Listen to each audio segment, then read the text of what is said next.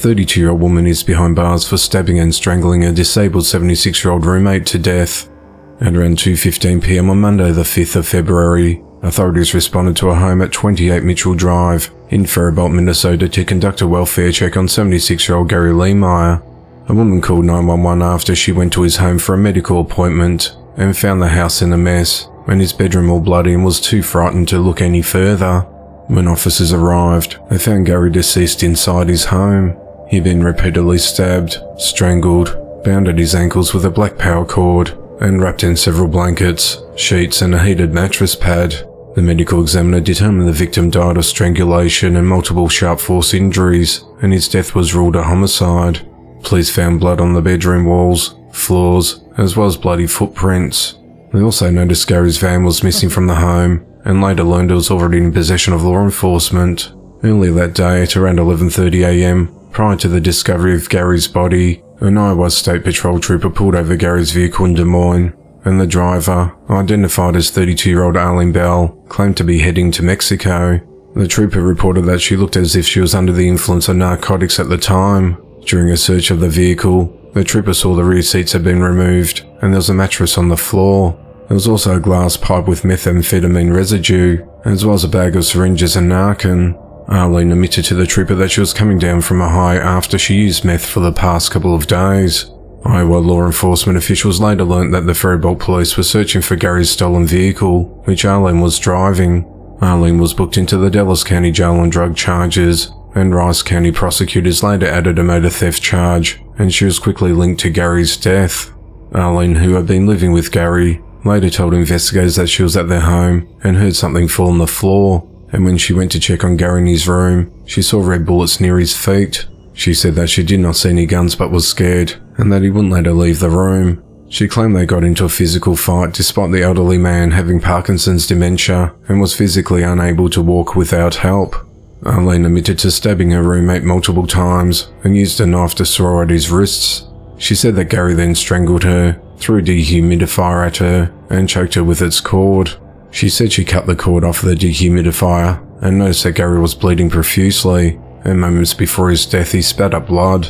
Afterward, Arlene tied the victim's feet together with a cord before wrapping his body, because she was afraid he would regain consciousness and kill her. She then went through Gary's belongings. She told police she took a shower to clean off the blood, and she took Gary's vehicle to drive towards the Mexico border. On the 23rd of February, Rice County prosecutors filed a second-degree murder charge against Arlene for Gary's death. Arlene has been held at the Dallas County, Iowa jail since her arrest, and will be extradited back to Minnesota to face the murder and theft charges after her Iowa case is resolved. Arlene has an extensive criminal history, and has previously been charged with making terroristic threats, burglary and harassment. The investigation into the matter continues. On Friday the 23rd of February 2024, 30-year-old Shanquilla Garvey was sentenced to 35 years in prison without parole after pleading guilty to murder in the 2017 beating death of her 8-month-old daughter Cherish Freeman. On the 20th of December 2017, Shanquilla was living temporarily at the Bel Air Motel at 1103 Plainfield Road in Joliet, Illinois with Cherish and 2 of her other children. Shanquilla became upset with Cherish when she would not stop crying, so she threw her to the dresser, picked her up, shook her, and slammed her onto the ground of the motel room. Cherish became unresponsive and Shanquilla called 911. The baby was rushed by ambulance to Ascension St. Joseph Hospital in Joliet, and then airlifted to the Advocate Children's Hospital in Oak Lawn for more specialized care. Medical staff determined that Cherish suffered 2 skull fractures, bleeding on the brain, and had a liver laceration. She died 4 days later from blunt force trauma on Christmas Eve in the hospital's intensive care unit. Shanquilla has been behind bars since her initial arrest on the 20th of December 2017. Of the 35-year sentence, she was credited with 2,377 days of time already served, which is roughly 6.5 years. Following Shanquilla's sentencing, Will County State Attorney James Glasgow said, "For a mother to beat her own baby to death is incomprehensible. Cherish was taken from this earth simply because Shanquilla Garvey wanted her to stop crying. This precious baby's girl's last experience was one of trauma and suffering, something no prison sentence can ever undo." 3 women and 4 men are behind bars in connection to the kidnapping, torture, and murder of 20-year-old Mahogany Jaquez Jackson. At 11:15 p.m. on the night of Sunday the 25th of February, the Birmingham Police Department in Alabama announced a missing persons alert from Mahogany Jackson. She was last seen early that day wearing a blonde wig, black shirt and blue jeans. Mahogany sent a text to her mother at 7:46 a.m. early that morning, saying that she was being held hostage at apartment 3, and shared her location saying don't call but send police in a hurry. The location was pinged to Serenity Apartments in the Powderly neighborhood of Birmingham, Alabama. However, when police went to the building, they did not find Mahogany there. 26-year-old T.J. Lewis, who lives at the address, said that Mahogany had been there, but left the residence at around 2 a.m. that morning. At 2:19 a.m. the following morning, a passerby called 911 after finding Mahogany's body under a mattress in an illegal dumping site on the side of the road at 17th Street Southwest and Laurel Avenue, a few miles away from the Serenity Apartments. Authorities determined that Mahogany died from a gunshot wound, and her death was ruled a homicide. Investigators said that Mahogany's death was not a random act of violence, saying that she knew her killers, and even referred to some of them as her friends. Authorities said that TJ and Mahogany had an ongoing dispute, reportedly about something previously taken from TJ's apartment, and that people were looking for Mahogany. Fight videos were shared on social media following Mahogany's disappearance. Later that day, detectives carried out search warrants, including the second-floor apartment unit where Mahogany had been held. They also investigated several locations nearby. 7 suspects have been arrested in connection to Mahogany's death. Authorities said that within hours of finding Mahogany's body, TJ was taken into custody after being found hiding in a neighbour's apartment that she had broken into. The rest of the suspects were taken into custody over the next 24 hours. 23-year-old Giovanni Clapp, 25-year-old Blair Green, and 23-year-old Sonia McCall have each been charged with felony murder, kidnapping and sodomy, and 26-year-old TJ Lewis has been charged with felony murder. 24-year-old Brandon Pope, 25-year-old Francis Harris, and 18-year-old Jeremiah McDowell are charged with capital murder during kidnapping and capital murder during sodomy. TJ and Giovanni have also been charged with assault for pistol whipping Mahogany. They're all held at the Birmingham City Jail without bond. Birmingham Police Chief Scott Thurman said that at least part of the rape of Mahogany was recorded on video. The video, he said, played a large role in the investigation and the charges the suspects face. He said that police are withholding details of the attack to shield the family, but said Mahogany was taken to several different locations during the hours she was held and before she was fatally shot. The heinous nature of the death was worse than most he had seen in years. It was absolutely disgusting, he said. Jefferson County District Attorney Danny Carr said, "The actions displayed by the defendants were barbaric and have no place in society. The senseless and inhumane treatment perpetuated on young Mahogany Jackson was very disturbing and violent." Mahogany is survived by a toddler daughter. The investigation into the matter continues. Homicide investigations underway following the discovery of a woman's body. At around 4 p.m. on Tuesday the 20th of February, 2 teenage boys were enjoying a ride on their quad bikes along County Road 731, just off State Highway 334 in Forest City, Arkansas, when they stumbled across a grey plastic container on the side of the road. Inside, they found a naked woman's body and called 911. St. Francis County Sheriff Bobby May said, "The body was partially decomposed. We think the body had been out there maybe a couple of weeks. Whoever did this had no feeling at all whatsoever for what they had done. No conscience." Sheriff May said that after the teens posted about what they found on social media, a person contacted him, saying that the woman may be his mother who was last seen 4 weeks ago. Sheriff May said he never reported her missing. The body was sent to the state crime lab to determine who the woman is and how she died. On the 26th of February, the sheriff's office said the victim was positively identified as 42-year-old Troy Alexandra Strope Staggs of Forest City. Her death was ruled a homicide, although authorities have not specified how she was killed. Investigators said that Troy was frequently seen riding her bike throughout Forest City. Troy was a housewife and lifetime resident of Forest City, Arkansas, and was a member of Widener Baptist Church. She is survived by a husband, 2 sons and 1 daughter. No suspect information has been released, and police are urging anyone with information in connection to Troy's death to come forward. Sheriff May said the search is very active to find out who put the woman there. "These are the kind of people we want to put behind bars for sure," he said. The motive in the killing is unclear, as the investigation into the matter continues. A 23-year-old man is behind bars for fatally shooting a 19-year-old hotel clerk. At 9:22 p.m. on Friday the 16th of February, authorities responded to Comfort Suites Hotel at 5730 North Haggerty Road in Canton, Michigan on reports of a shooting. When officers arrived, they found 19-year-old Veronica Crane behind the front desk with a gunshot wound to the head, and she was pronounced dead at the scene. Investigators allege that the victim's ex-boyfriend, 23-year-old Joseph Michael Slocum Jr., entered the hotel and shot Veronica, and he fled the hotel on foot. At 9:43 p.m, police responded to southbound Interstate 275 and Ford Road for a reported car accident. When officers arrived, they found Joseph lying in the middle of the road after he was hit by 2 cars, and he was hospitalized with multiple injuries. On Monday the 26th of February, Joseph appeared in court and was arraigned on charges of first-degree murder and felony firearm. He remains held at the Wayne County Jail with bond denied. Wayne County Prosecutor Kim Worthy said in a statement, "The most dangerous time for a domestic violence victim is when they're trying to leave the relationship. Horrifyingly, this case is a textbook example," she said. A McDonald's customer became angry and assaulted an employee at the restaurant because he touched the lid of his drink. The incident occurred at around 7 p.m. on Saturday the 24th of February at the South Station Transit Depot in Boston, Massachusetts, where the unnamed patron, identified only as a 34-year-old man, punched the fast food worker several times and used the cash register to assault him as well. The suspect was arrested and transported to MBTA Police Headquarters for booking. Authorities said the victim was treated at the scene for injuries. No further details of the incident were made available by police. McDonald's requires employees to wear gloves and wash their hands at least once every hour if they work in the food preparation area, although it's unclear if there are any rules about touching food service containers.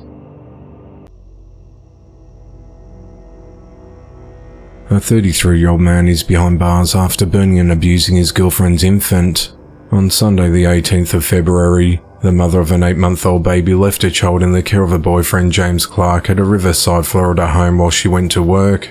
Investigators said that while her mother was at work, she got a call from James, who informed her that her child had accidentally burnt its hand by reaching into a cup of hot chocolate.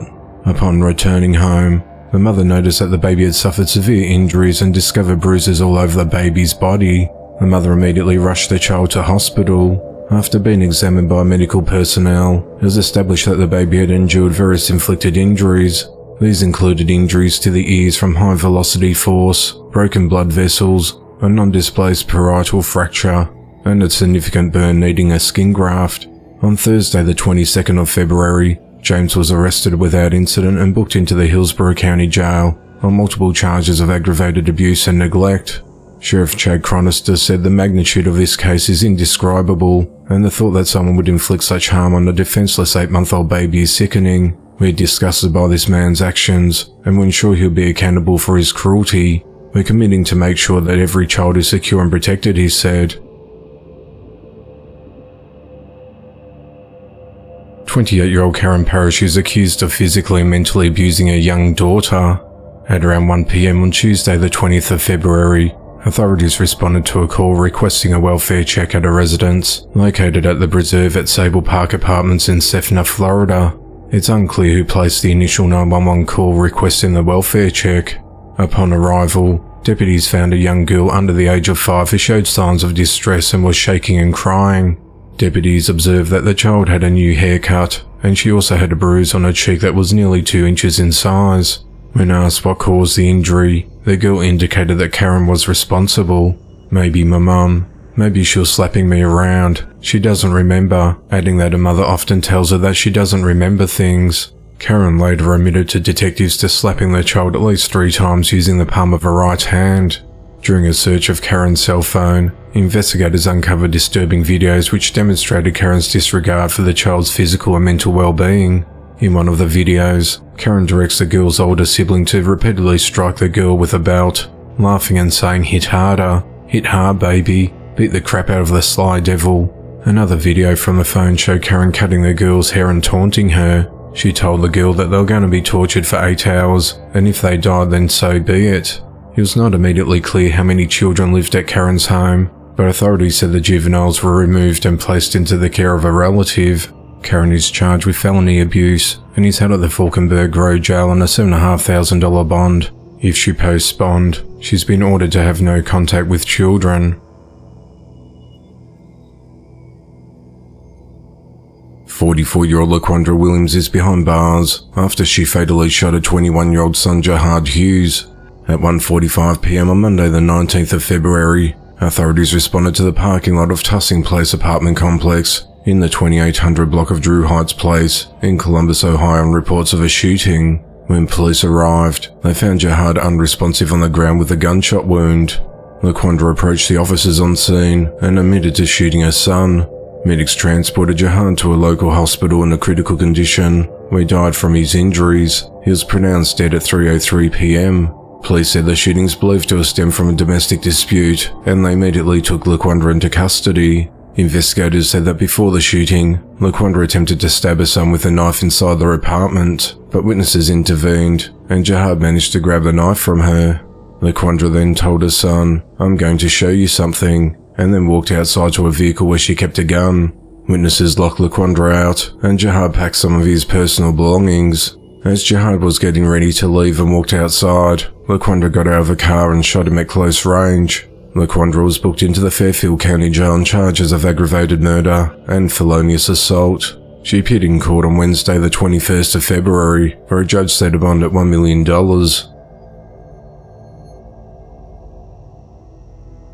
A 24-year-old man is accused of fatally stabbing an elderly woman and assaulting a teenage granddaughter.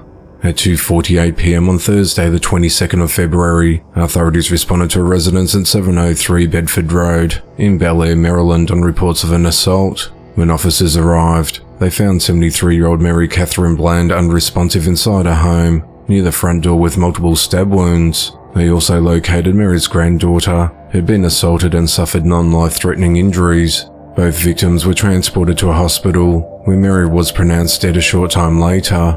In total, Mary suffered at least 25 stab wounds. Investigators identified Angelo Terrell Spencer as the primary suspect in the attack. Police said that Angelo was known to the family and was previously in a relationship with the teenage victim. Authorities said that witnesses saw Angelo exiting and walking away from the home.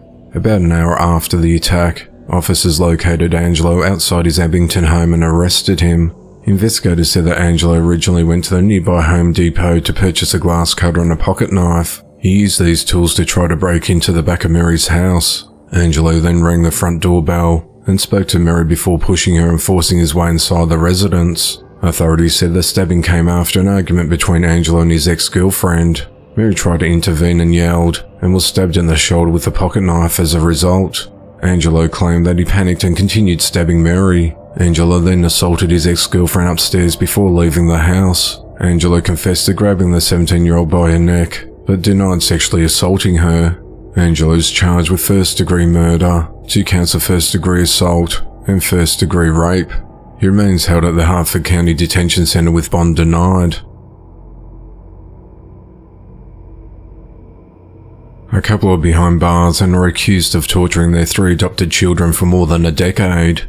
On Friday the 23rd of February 2024, 56-year-old Alan Jeffrey Jones and 57-year-old Chris Catherine Jones were arraigned at the Wyoming District Court in Michigan on 3 counts of torture and 3 counts of child abuse. They are held in the Kent County Jail with bond denied. If Alan and Chris are convicted of the charges, they face life in prison. Alan and Chris Jones became legal adopted parents to the children in 2011. The torture and abuse began 2 years later. It happened at a residence at 5710 Hickory Ridge Drive Southwest in Wyoming, Michigan. A criminal investigation began with Child Protective Services, and Wyoming police learned of the allegations in 2023 after receiving several complaints of physical and mental abuse as well as maltreatment of children. Chris was not cooperative and did not allow Child Protective Services to speak with the children. Investigators said that the children were forced to sleep in a garage in all weather elements. Chris would remove the carpet from the garage steps, so the children had to sleep on the concrete. Shoes would be removed from the garage so the kids could not run away. When the children were fed, they were placed in a dog collar, forced to eat dog food with milk, and other times oatmeal with hot sauce. While at school, one of the children was seen eating food from the trash because she wasn't being fed at home. Chris demanded that the children be supervised while they bathed, and they needed permission to use the bathroom and had to ask for toilet paper. Chris and Ellen are accused of pushing the children down the stairs and punching and choking them while holding them down. They also made the children run miles whenever they acted out as a form of punishment. A neighbour close to the Hickory Ridge home, who remains anonymous, said she saw the kids taking laps around the house frequently and thought it was strange. The investigation into the matter continues. Two men are behind bars following the fatal shooting of a 32-year-old man. At around 6:15 a.m. on Tuesday the 30th of January, authorities responded to the Grand Sierra Resort and Casino at 2500 East 2nd Street in Reno, Nevada on reports of shots fired. When officers arrived, they entered a hotel room and found an unresponsive man with 4 gunshot wounds. Security personnel and emergency responders attempted life-saving measures, but they were unsuccessful and the man was pronounced dead at the scene. The Washoe County Medical Examiner identified the victim as 32-year-old Connor Houston of Reno, Nevada, and his death was ruled a homicide. Detectives from the Robbery and Homicide Unit took over the investigation. A man who was staying on the 15th floor of the hotel said he woke up to sounds of multiple gunshots. He said he heard people running down the hallway towards the elevators. Moments later, he saw GSR security run into a nearby room.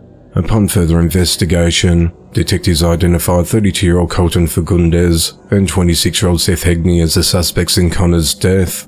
Authorities said that about 30 minutes before the victim was pronounced dead, GSR video surveillance showed Colton and Seth entering the room. Less than 1 minute later, both suspects are seen leaving the resort and no one else enters the room until security and police show up. Officers found drugs, ammunition, and a ghost gun in the hotel room. Authorities said that Colton had been staying in the hotel room in the days leading up to the shooting and had been drinking and doing cocaine and meth. Investigators said that Colton had been acting erratically on the night before the shooting, but then left the GSR and at around 5:30 a.m. before returning about half an hour later with Seth to commit the shooting. Colton was arrested 2 days later on Thursday the 1st of February. Court documents say that statements made during Colton's interview reveals he was untruthful and he was trying to hide his actions during the incident. The day after Colton's arrest, Seth turned himself in. However, Seth denied ever being at the GSR on the morning of the shooting. The motive of the killing is unclear, but authorities said that all parties were known to each other and that Colton had been friends with Connor for 15 years. Colton and Seth have been charged with open murder and are held at the Washoe County Jail. The investigation into the matter continues. Police are questioning a woman who fatally shot a man. At around 1:40 a.m. on Saturday the 3rd of February, 41-year-old Otis Whiteside was arguing with 2 women in a parking lot of the 4700 block of West 47th Street near Cicero Avenue in Chicago, Illinois, when one of the women, who has a permit to carry a concealed weapon, pulled out a gun and shot him. Otis suffered a gunshot wound to the armpit and was taken to the Mount Sinai Hospital, where he was pronounced dead. The woman who fired the gun drove herself to the Chicago Lawn District Station after the shooting and was questioned by detectives. No charges have been filed at this time. No further details on the shooting were immediately available as the investigation into the matter continues. 2 women are behind bars in connection to the fatal shooting of a 35-year-old woman.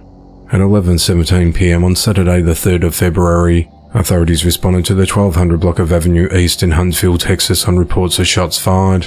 When officers arrived, they found 35-year-old Kirsten Samuel in a critical condition with gunshot wounds.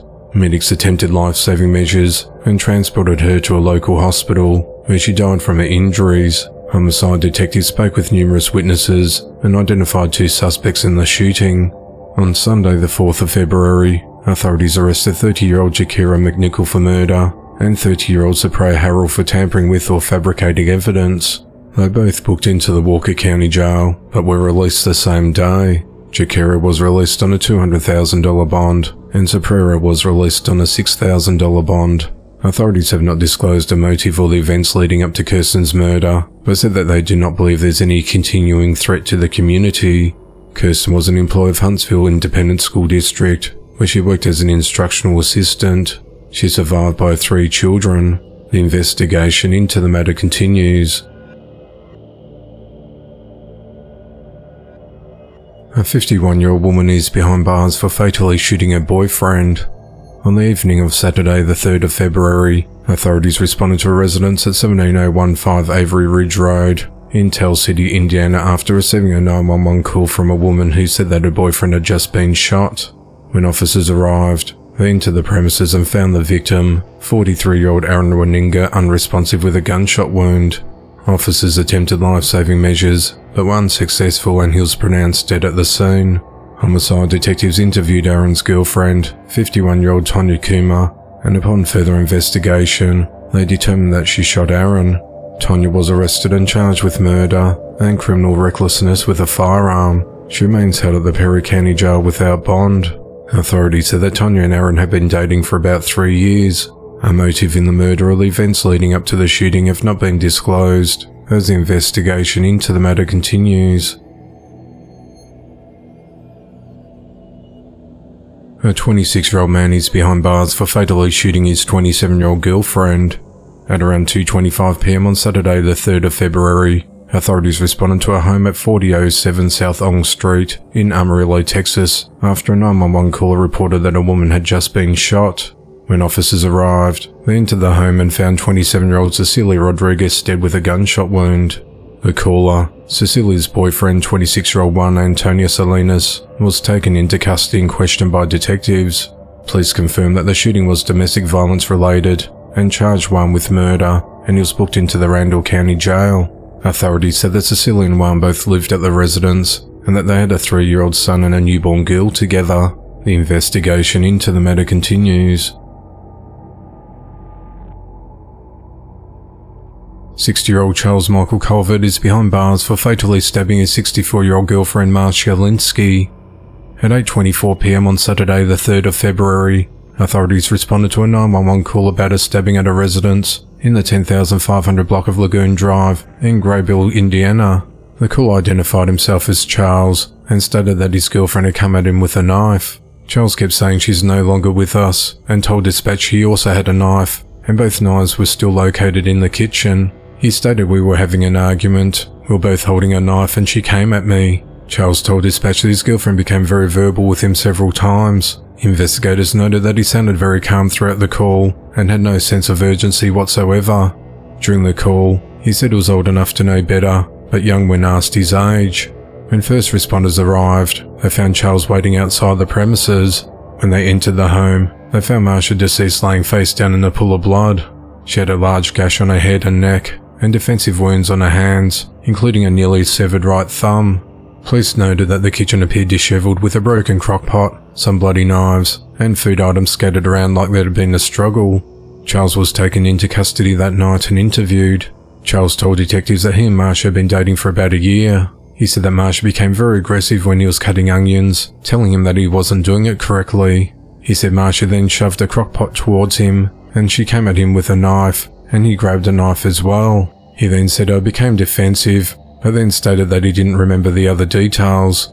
Authorities said the crime scene appeared to be staged, noting that knives appeared to be placed next to the victim's body neatly, and that the larger serrated knife was covered in blood, and the other knife appeared to be relatively clean. Authorities said there was no signs that Charles attempted to render aid to Marcia after she was fatally wounded. Investigators also noted that while there was onion peel in the garbage, they did not observe a chopped up onion anywhere in the kitchen. Police also said there was evidence indicating that Charles had showered and changed clothing after the stabbing, including a set of bloody clothes and a pair of glasses with blood spatter on them, and a red substance that appeared to be blood in the master shower. Investigators said that Charles repeatedly claimed that his girlfriend had been acting strange before the stabbing. He said that she parked a car outside the garage, but she never parks the car outside. She bought bleach today. She never buys bleach. In the year I've been with her, she's never bought bleach. Charles was arrested and charged with murder and remains held at the Allen County Jail without bail. The investigation into the matter continues. A 32-year-old man is behind bars for kidnapping and sexually assaulting a 26-year-old woman with cerebral palsy. Authorities said that Marcos Martinez Ramos met with the victim on social media and they struck up a relationship. On the 16th of December 2023, he went to a home in the Hilltop neighborhood of Columbus, Ohio and raped her. As he was leaving, he told the victim he'll kill her and her mother if she reported him. 2 weeks later, on the 30th of December, Marcos went back to the victim's house and ordered her to get into his pickup truck. He drove her to the Quality Inn in Grove City, where he pushed her onto a bed and forcibly removed her clothes, and raped her a second time, ignoring her pleas to stop. Marcos then struck the woman in the face with his hand, and took her into the bathroom where he shoved her head into the toilet. He then drove her back to the area of her home and dropped her off. While she was away that day, family members of the woman called the Columbus Division of Police to report her missing. Officers were at her residence when she returned home, and she was taken to hospital for a sexual assault exam. On the 25th of January 2024, the woman positively identified Marcos as a suspect in a photo lineup. On the 4th of February, Marcos was arrested on charges of 2 counts of rape and kidnapping. Marcos was booked into the Franklin County Jail, where he remains held on a $750,000 bond. A 54-year-old man is behind bars for fatally beating his 72-year-old roommate inside a boarding house during an altercation. On the night of Wednesday, the 31st of January, authorities responded to a home at 27300 Waldorf Street in Roseville, Michigan on reports of an assault. When officers arrived, they entered the residence and found a man unresponsive with head trauma. He was unable to be saved and was pronounced dead at the scene. The victim was identified as 72-year-old Dale Mitchell. Investigators learned that Dale's roommate, 54-year-old Mark Joseph Newsom, got into an argument with Dale over food from Taco Bell when the dispute escalated and turned physical. Authorities said that Mark punched Dale in the head multiple times, and Dale died from the injuries. Mark was arrested and charged with second-degree murder, and is held at the Macomb County Jail without bond. Macomb County Prosecutor Pete Lucido said, "If we've come to grips with life about fighting and killing someone over a taco of food itself, there's got to be more to life than that. It would have been a lot easier to walk away," he said. The investigation into the matter continues. A 22-year-old man has been arrested after fatally shooting a 37-year-old child predator last year. At around 3:50 a.m. on the 29th of May 2023, authorities responded to a report of an unresponsive man found in a ditch next to Monty Beach Park, located in the 900 block of North Wood Street in Houston, Texas. When officers arrived, they found the man with multiple gunshot wounds to his torso, and he was pronounced dead at the scene. The victim was identified as 37-year-old Sean Connery Showers. Investigators said they found Sean's phone under his body, and he had planned to meet up with someone at Monty Beach Park using the Kick app. Investigators obtained video footage of a vehicle slowly approaching Sean while he walked along the roadway. The suspect in the car then fired a string of rapid gunshots into Sean's body before fleeing the scene. Authorities said that 22-year-old James Lewis Spencer's phone was tracked to and from the murder location. On Wednesday the 31st of January, 8 months after the shooting, James was arrested and charged with first-degree murder. He's held at the Harris County Jail on a $250,000 bond. Authorities said that James pretended to be a minor online and planned to meet with Sean at the park under the guise of a sexual arrangement. Police said that James admitted to being at the murder location a few times. He said he owned the phone number that communicated with Sean and confessed to fatally shooting Sean. Investigators said that James believed that law enforcement officials weren't doing enough to keep child predators in prison, and he wanted to take matters into his own hands and hurt them. In 2009, Sean pleaded guilty to possessing child porn. He was sentenced to 30 months in prison, and then 3 years in 2019 for failing to register as a sex offender. The investigation into the matter continues. A man and 2 women are behind bars for blowing fentanyl smoke in the face of a newborn to stop her crying. 33-year-old Robert Mason, 32-year-old Jennifer Trevino, and 22-year-old Araceli Rocha are behind bars on multiple charges of abuse. On Thursday the 25th of January, the suspects were initially pulled over by deputies for littering in front of the Frontier Inn and Suites Hotel, located at 3210 Pine Street in Abilene, Texas, where they were staying. While performing the traffic stop, deputies observed 4 adults and a 19-day-old baby, as well as 56 fentanyl pills in the vehicle, with some strewn in the baby's diaper bag, smoking pipes and straws used for smoking. Authorities said that 4 adults as well as 4 children all lived in 2 adjoining rooms at the hotel. During a search of their hotel rooms, a cloud of smoke came out. Due to the thickness of the smoke, deputies put on breathing masks. Authorities learned that the trio had been smoking fentanyl in the presence of the 4 children, and intentionally blew fentanyl smoke into the baby's face to pacify her cries over the past several days. Investigators said that the fourth person was aware of the other three suspects smoking fentanyl in the presence of the children, but took no action to prevent it. Officers found the baby was having trouble breathing when they arrived, and she was rushed to the emergency room at the Hendrick Medical Center, where the other three children were also examined. Child Protective Services then took custody of the children. The trio were arrested and charged with 4 counts of endangering a child. Robert also faces an additional charge of obstruction retaliation, and Araceli is additionally charged with possession of fentanyl and amphetamine. They've been held at the Taylor County Jail on bonds totaling over $100,000 each. The fourth adult has not been identified, and it's unclear what charges that person faces. The investigation into the matter continues. A 38-year-old sex offender has been fatally shot by law enforcement after he kidnapped an 11-year-old girl from Knox County, Tennessee. On the evening of the 1st of February, the Tennessee Bureau of Investigation issued an endangered child alert for Aubriana Mays, who went missing from her Knoxville home and was last seen on the night of Tuesday the 30th of January. Upon further investigation, authorities identified 38-year-old Edward Ahrens as a person of interest, and he was believed to be traveling to Catoosa, Georgia with the girl. Authorities concentrated their search near the Tennessee-Georgia state line late Thursday night, and at just after 1 a.m. on Friday, they located Edward on Interstate 75 South, near East Ridge exit still in Tennessee, just before crossing into Georgia. Police initiated a pursuit, chasing Edward as he took exit 1 in East Ridge and blocked all 4 sides of his vehicle at the intersection of US Highway 41 and Ringgold Road. Officers said they could see the missing girl in the front passenger seat. An encounter ensued, during which Edward refused to comply with officer commands to surrender and hit several officers who got out on foot with his vehicle. As a result, at least 4 officers fired their weapons into the vehicle, striking Edward, who subsequently died. Aubriana was found safe and unharmed, and the 3 responding law enforcement officers struck by the car were treated at the scene for non-life-threatening injuries. Authorities said that the 4 officers involved in the shooting have been placed on administrative leave for the investigation. Catoosa County Sheriff Gary Sisk said the incident was a case of a young child being lured by a sexual predator through social media that could have ended a young girl's life. Catoosa County officials said that Edward initially pleaded guilty in 2003 to sexual exploitation of children, aggravated assault, and obstruction of justice, and was sentenced to 10 years probation. In 2008, he was convicted on 9 counts of sexual exploitation of children and was sentenced to 20 years in prison, but only served 10 years before his release. He was required to register as a sex offender. Police were investigating a homicide after a 20-year-old man was fatally shot. At just before 7 p.m. on Friday, the 2nd of February, authorities responded to the Family Dollar store at 5425 Riverdale Road in Atlanta, Georgia, on reports of a person shot.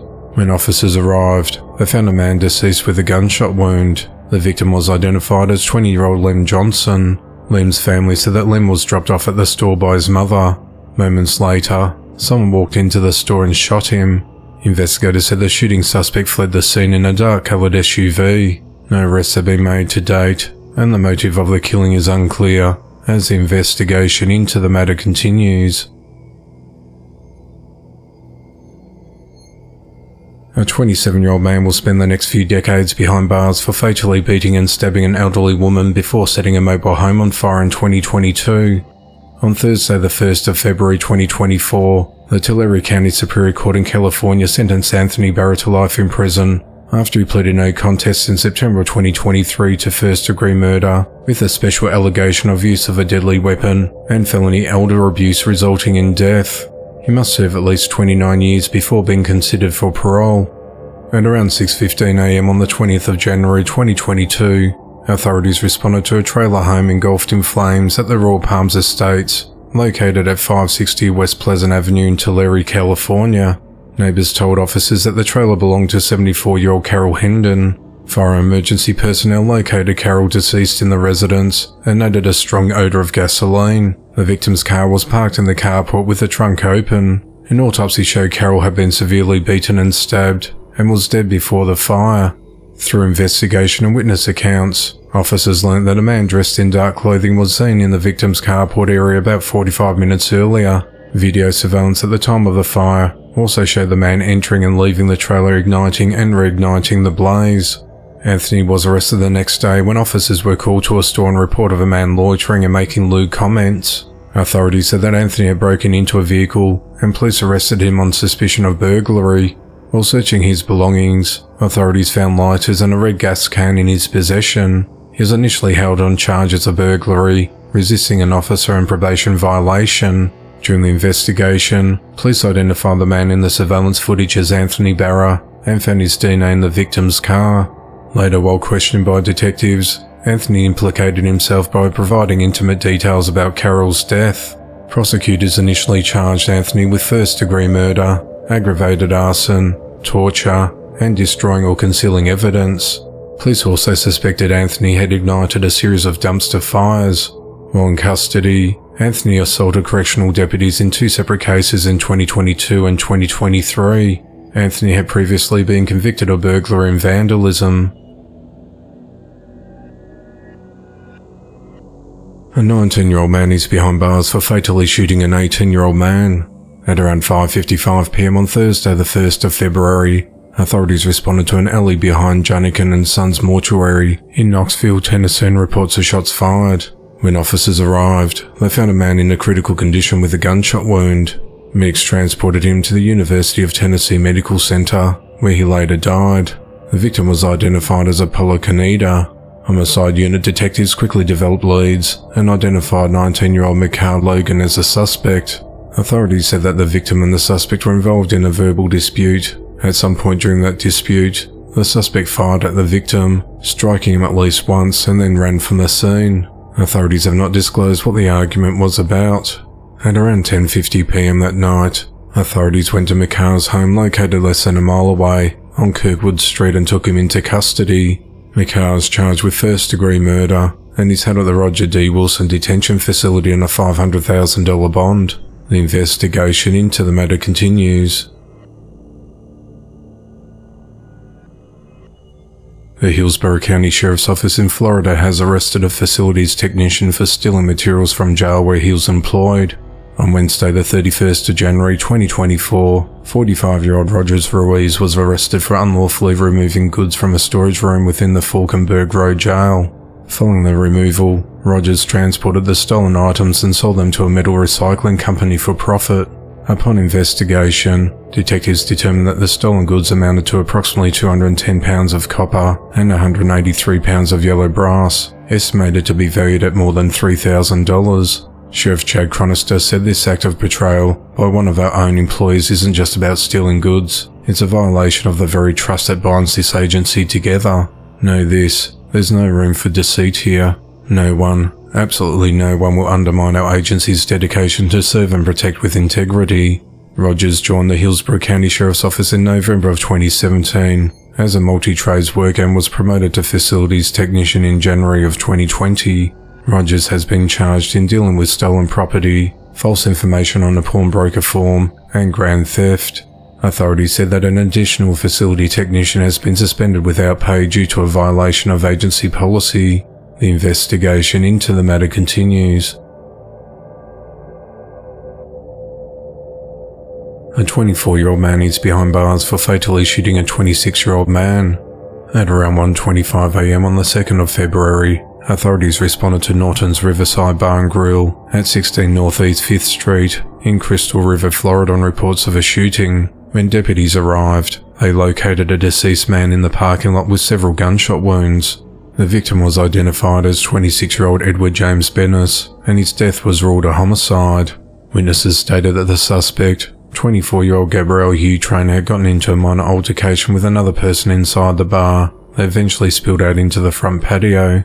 Edward, an employee at Norton's, yelled at them to stop, and Gabriel walked to his car. After several minutes, Edward returned outside and continued to argue with Gabriel, who'd armed himself with a handgun. As they continued to argue, Gabriel shot Edward multiple times, and he died from his injuries. Deputies took Gabriel into custody, and after an interview with detectives, he was charged with second-degree murder. He was booked into the Citrus County Detention Facility where he remains held without bond. Citrus County Sheriff Mike Prendergast said, "This is a tragic incident. My condolences go out to the family of James. Unfortunately, arguments often turn violent when alcohol is involved. Gabriel not only made the decision to take another man's life, but also endangered other citizens with his reckless discharge of a firearm.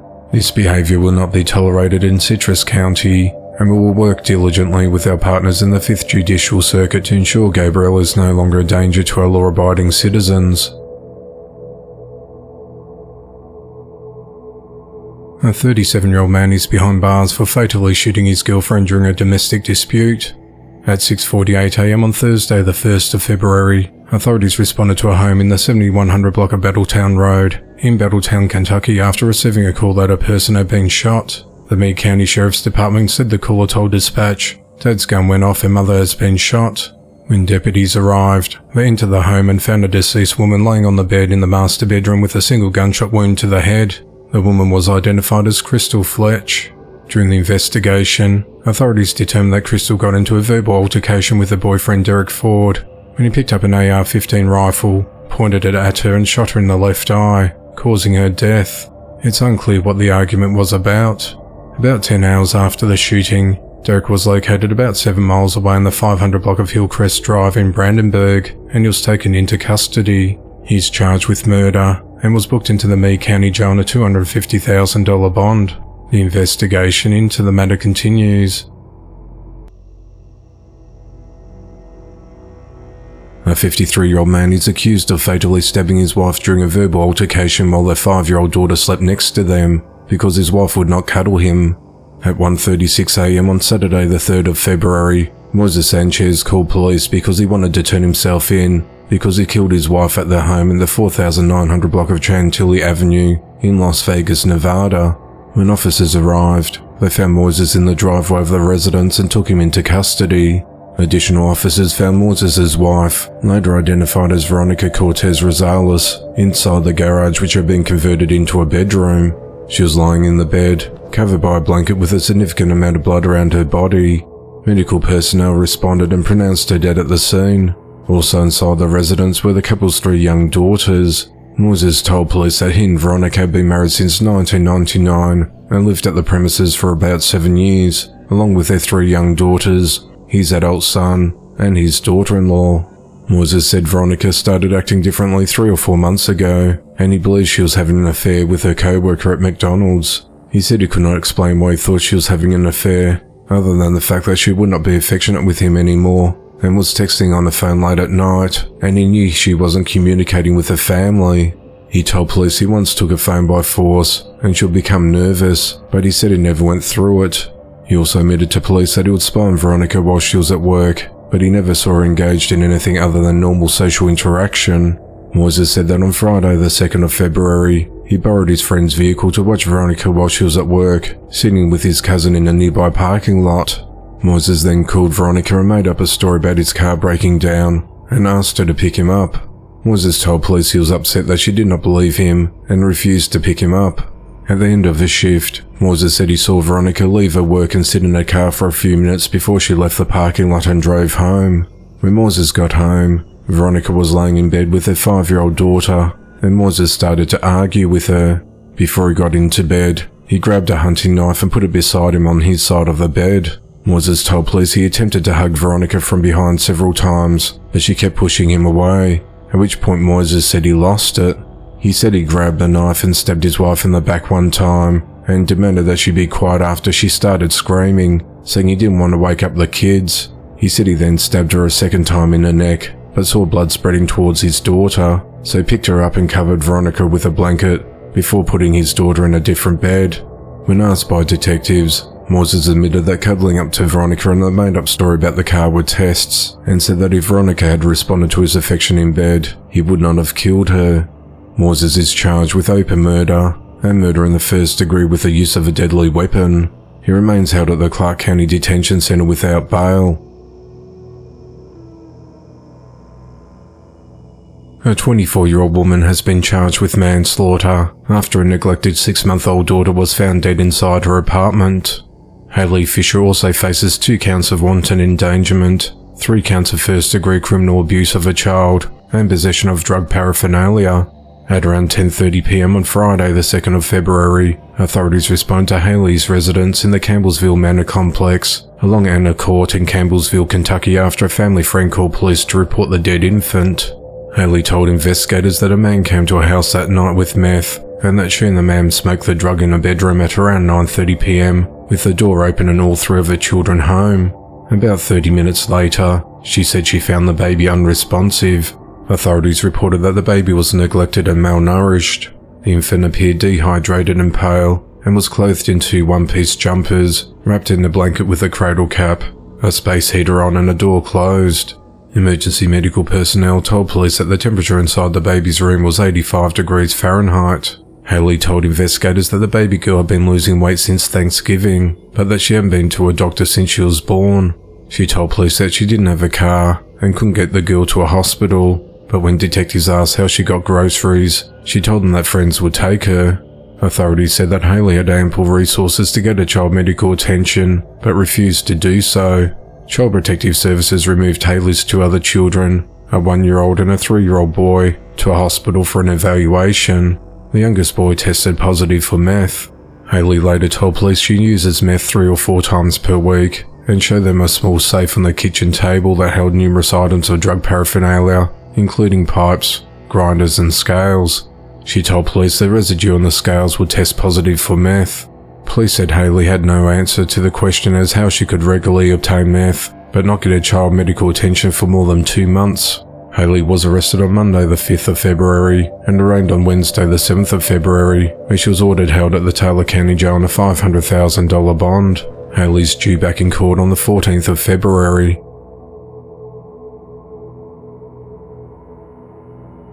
On Tuesday the 6th of February 2024, 29-year-old Morgan Barnhill pleaded guilty to murder and the beating death of his friend, 25-year-old Etienne Murray in 2022.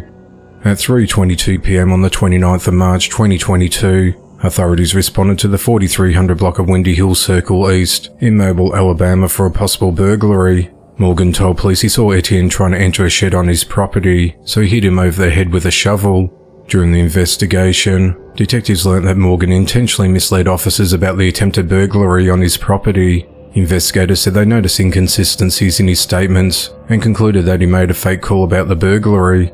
He was arrested for murder after Etienne died 3 days later. Authorities said that Morgan had befriended Etienne a couple of weeks prior to the murder, hiring him to do odd jobs for him around his house, but Morgan became suspicious Etienne had stolen items from his property, so he lured Etienne to his home by pretending they were attending a barbecue together. When Etienne arrived, Morgan confronted him. When Etienne started walking away from him, Morgan struck him in the head with a shovel, and then continued to beat him with a pipe and a 2x4. Morgan tied Etienne up and dragged him to the backyard, where he was left severely injured and unconscious. About 2 hours after the beating, Morgan contacted police and said he stopped Etienne breaking into his shed and had tied him up. Morgan eventually admitted to police that the burglary story was a lie. Morgan is due for sentencing on the 4th of March and faces between 20 years to life in prison. A teenager turned himself in to police after he fatally shot his father and injured his mother. At around 9:20 p.m. on the 7th of February, authorities responded to 9689 Wallace Street in Conroe, Texas, on a report of an assault with a firearm. When deputies arrived, they found a man in a critical condition lying on the ground of the residence with a gunshot wound to his back. Despite attempting life-saving measures, the man was pronounced dead at the scene. The victim was identified as 41-year-old Leroy Constantine Jr. Deputies also found an adult female victim with a gunshot wound to her neck. She was transported to a local hospital, where she underwent surgery and is expected to survive. During the investigation, detectives determined that 17-year-old Trayvonte Constantine fatally shot his father and wounded his mother during a verbal dispute. Authorities said that home surveillance video captured the entire incident. Investigators said that Trey shot Leroy in the back, and that same bullet passed through him and hit his wife in the back of the neck. Investigators said that Trey got into an argument with his parents because his father found his gun and took the ammunition. Authorities said that Trey knew he had one bullet in his car, so he got it, loaded his gun and shot his father. Investigators said that a sibling called 911 following the shooting, and Trey fled the scene. At 5:05 a.m. the following morning, Trey turned himself into the Montgomery County Sheriff's Office. He's charged with aggravated assault with a deadly weapon and murder. He remains held at the Montgomery County Jail on a $250,000 bond. Authorities said that Trey had previously been on juvenile probation, but was let off due to good behaviour. Trey's sister Brianna Constantine said that my brother is not a bad person. He has mental health issues. My mum and dad tried everything they possibly could with my brother. She said her parents were high school sweethearts with 3 children and 2 grandchildren. The investigation into the matter continues. 24-year-old John Michael Thames is behind bars for fatally beating his girlfriend's 3-month-old baby girl. On the 5th of January, authorities responded to reports of an unresponsive infant at 1189 Oak Hill Tree Road in Ripley, West Virginia. Paramedics were able to temporarily resuscitate baby Everly prior to her going into cardiac arrest. She was taken to Jackson General Hospital, then airlifted to Ruby Memorial Hospital for more specialized care. Medical staff at the time said Everly's condition was grave, and that she was suffering from numerous skeletal and cranial fractures, a brain bleed and bilateral retinal hemorrhaging. Doctors said Everly's conditions could have only been caused by severe abuse. Authorities determined that John was left alone at his girlfriend's house with baby Everly while the child's mother went to a store, only to return a short time later to find her daughter unresponsive, and she called 911. Investigators said that through a series of interviews that evening, John confessed to slamming baby Everly onto the floor. He said that he swung the child back and forth while frustrated, and later varied his statement by saying that the child's head did hit the floor, possibly hard enough to fracture a skull. He said he put the infant back into the crib after the assault, and waited for the child's mother to come home. John was initially arrested and charged with abuse resulting in injury. On the 4th of February, baby Everly died after spending 30 days in hospital and life support. Her cause of death was due to complications from non-accidental head trauma. Following her death, John's charge was upgraded to death of a child by abuse. John remains held at the South Central Regional Jail on a $500,000 bond. If convicted, he faces between 15 years to life in prison.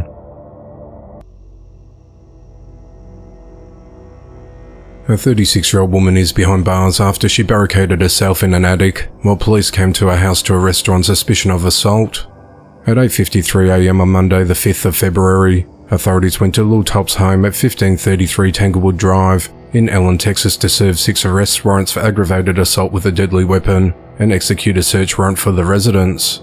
Lil locked herself in the attic when SWAT crew entered, and she would not negotiate with them. SWAT members deployed chemical agents, and she surrendered at 10:50 a.m.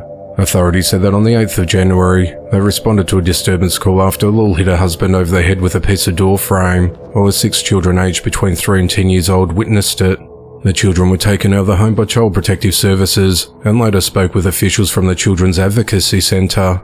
Lil's 3-year-old daughter said her mother balled her up and attempted to put her into a hot oven. The child's 10-year-old brother told investigators he had to fight with Lil to rescue his sister. He then took the child upstairs to hide her. A 4-year-old sibling witnessed the incident. Other siblings said that Lil regularly consumed a lot of alcohol and made them find more as she ran out. She said she'll cut off their hands and fingers with a cleaver if they fail to get more alcohol for her. One boy said that Lil once put a knife to his tongue and forced him to drink alcohol. Authorities noted that a 3-year-old and a 4-year-old sibling had marks on their bodies resembling knife cuts, and both children said their mother had used a knife to cut them. The children told investigators that Lil threatened to kill them with a cleaver, and that the children would hide knives so their mother would not be able to threaten them. Her husband filed a protective order against Lil on the 2nd of February. Allen police said they've responded to 11 calls at the home since the 1st of January, including the warrant that was issued on Monday the 5th of February. Neighbours said the family started renting the home about a year ago. Investigators seized knives and other evidence inside the home when Lil was arrested. While interviewed, Lil denied harming the children, but admitted having cocaine in the house, claiming the drugs belonged to her husband. When investigators had Lil's children tested for cocaine, all 6 tested positive. Lil was already on probation for 2 other felonies. In February of 2020, she pleaded guilty to an assault on a peace officer or judge, and in July of 2020, she was charged with an assault on a public servant and also pleaded guilty in that case. A judge sentenced her to 10 years probation for both crimes on the condition that she does not drink or do drugs. Lil remains held at the Collin County Jail on a $600,000 bond. Neighbour William Whitney said just a few days before the standoff, he had a strange encounter. He said Lil and another woman knocked on his door and asked to borrow his Wi-Fi. Always weird stuff over there. The police were always there, he said. Seeing the kids playing at the back by themselves, no supervision, and to know that was actually happening. It's sad. "It's really sad," he said. A 24-year-old former childcare worker has been arrested on suspicion of physically abusing 6 infants late last year. On Wednesday the 6th of December 2023, authorities were alerted by staff at Hartley Learning Academy at 21 North Street in Hartley, Delaware of possible physical abuse to a child by former childcare employer Kayla Manusak. Investigators said that Kayla had physically abused at least 6 infants under her care from the 30th of November through to the 4th of December. The victims were between 5 months old and 14 months old. All the children have been medically evaluated and received appropriate medical care. On Thursday the 8th of February, Delaware State Police arrested Kayla on 21 counts of third-degree child abuse and 14 counts of endangering the welfare of a child. She was booked into the Baylor Women's Correctional Institution and a bond was set at $119,000. Detectives are working to identify any additional victims. The investigation into the matter continues. A 24-year-old man is accused of luring women in retail stores into helping him make TikTok videos before exposing himself and assaulting at least one of the victims. On Monday the 5th of February, Avery Elijah Williams approached a woman at Myers Department Store at 1700 North Telegraph Road in Monroe, Michigan. He asked her to help him with a TikTok video and then attempted to draw attention to his clear state of arousal. Avery then assaulted the woman as she attempted to leave the area. Another victim, Dawn Evans, said that she too had a disturbing interaction with Avery on the 21st of December while she was shopping at the Walmart store in Monroe North Telegraph Road. She said that Avery asked her to help him record a TikTok video. "I was like, TikTok's a trendy thing." I was like, "Sure, whatever," she recalled. She said he asked her to walk around the corner where there were fewer people, and he blocked the aisle with both carts. She said as he turned around to hand me his phone, his genitals were hanging out of his pajama pants. They have a slit in them, in his underwear still but hanging out. I said no thank you, and I turned around and I just walked away. Dawn said she reported it to the store and tried to report it to the sheriff's office, but she said that she believed authorities just brushed it off. Another woman, Alexis Reichman, said Avery approached her on the 23rd of December while shopping at the Dollar Tree, also along North Telegraph Road in Monroe. She said he looks at me and says, "Excuse me, are you busy?" she recalled before Avery exposed himself. I was shocked by the fact that someone had the audacity to do this in the first place. I knew this wasn't his first time, and I believe it wasn't going to be his last, she said. During the investigation, detectives gathered evidence and identified Avery Williams as a suspect. On the 6th of February, investigators arrested Avery at his place of employment and booked him into the Monroe County Jail. On the 7th of February, Avery appeared in court and was charged with 2 counts of criminal sexual conduct in the 4th degree and 1 count of assault and battery. His bond was set at $2,500 on the condition he is electronically monitored. Avery's next court hearing is on the 20th of February. A 42-year-old woman is behind bars for fatally stabbing a 21-year-old son during a dispute in which she claimed he tried to strangle her. At around 7:15 a.m. on the 25th of January, authorities responded to a home at 8017 Greenfield Drive in Lanning, Maryland, where they found Christos Johnson in a critical condition with stab wounds. He was transported to a local hospital, where he was pronounced dead shortly after arrival. Police said that Christos' mother, Corrida Rivera, got into a heated argument with her son that began in the basement of their shared home. She said that the dispute lasted for several hours, and her son became aggressive and pushed her during the altercation. Corrida went upstairs to the kitchen, armed herself with a knife and returned to the basement and confronted Christos. Corrida claimed her son threw her to the ground and proceeded to strangle her, so she resorted to stabbing him. Corrida sustained bruises on her body and a cut on her arm following the fatal attack. Homicide detectives collected evidence, including the murder weapon recovered at the crime scene. Police initially believed that Corrida acted in self-defense, but investigators said they found no evidence of an escape route for Christos, leading them to believe that Corrida maintained control of the knife throughout the altercation. A witness told investigators that Christos did not touch his mother before she retrieved the knife, and that Corrida hit her son before she stabbed him. Upon further investigation, authorities determined that Corrida did not act in self-defense and arrested her on Wednesday the 7th of February. She was charged with first-degree murder and other related charges and was booked into the Prince George's County Jail. On Thursday the 8th of February, Corrida attended a court hearing where the judge denied her bond and called her a danger to the community. Corrida's mother testified that her daughter was a good mother and that Christos had been aggressive towards Corrida in the past. One of Christos's friends, however, said he would never put his hands on his mother. That was something he was big on, he said. The investigation into the matter continues. Homicide detectives are investigating after a 25-year-old man was fatally shot. At 2:12 a.m. on Saturday the 3rd of February, authorities responded to the 14,100 block of Delano Street in Los Angeles, California on an assault with a deadly weapon call. When officers arrived, they found a deceased man laying in the driveway of the location with a gunshot wound to his head. The victim was identified as 25-year-old Alfredo Delgado. Police are calling the shooting gang-related, but have not provided a description of the suspect. No arrests have been made to date, as the investigation into the matter continues. Police found a couple dead in their front yard following a disturbance call. At around 6:30 p.m. on Sunday the 4th of February, authorities responded to 220 Avenue L in Thomaston, Georgia on reports of shots fired. When officers arrived, they found 26-year-old Tola Montford and 24-year-old Tokila Neal lying in the front yard deceased with gunshot wounds. Witnesses told investigators that there was a heated domestic-related argument between the pair before Tyler shot DeQuery and then himself. It's unclear what the argument was about. The investigation into the matter continues. A 26-year-old woman has been charged in the death of a 1-month-old infant daughter, Zariah May, after she put the child in an oven. Mariah Thomas told family members that she accidentally put the baby in the oven instead of her crib. Mariah, who lives at home with her parents, has been charged with endangering the welfare of a child leading to death.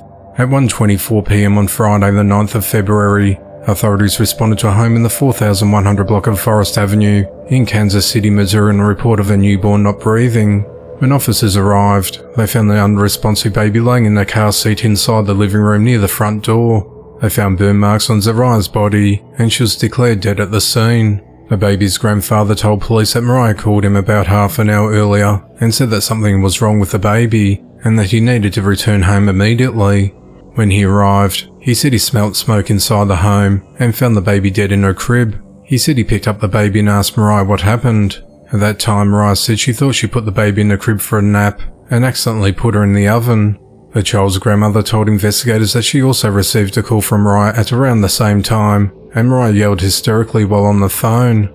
Investigators said the baby had thermal injuries on various parts of her body, and that she was dressed in a onesie over a diaper, and that the clothing had melted onto the diaper. The clothing was very dirty and burned on the backside. They also found a blanket with significant burn marks in the living room. Mariah was taken into custody and consented for detectives to access her phone data and obtain a blood draw.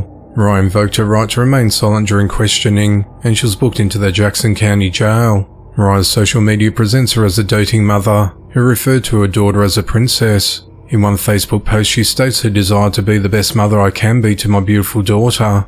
But in one post she made on the 20th of January, just weeks prior to the child's death, Mariah complained that nobody's looking out for her or her newborn. A friend of Mariah, whose name remains anonymous, said that Mariah had mental issues and that she didn't have the mindset of an adult, and that she thought like a child. She added that the last time she spoke to her was on Monday the 5th of February. Police said they are treating the infant's death as suspicious, as the investigation into the matter continues.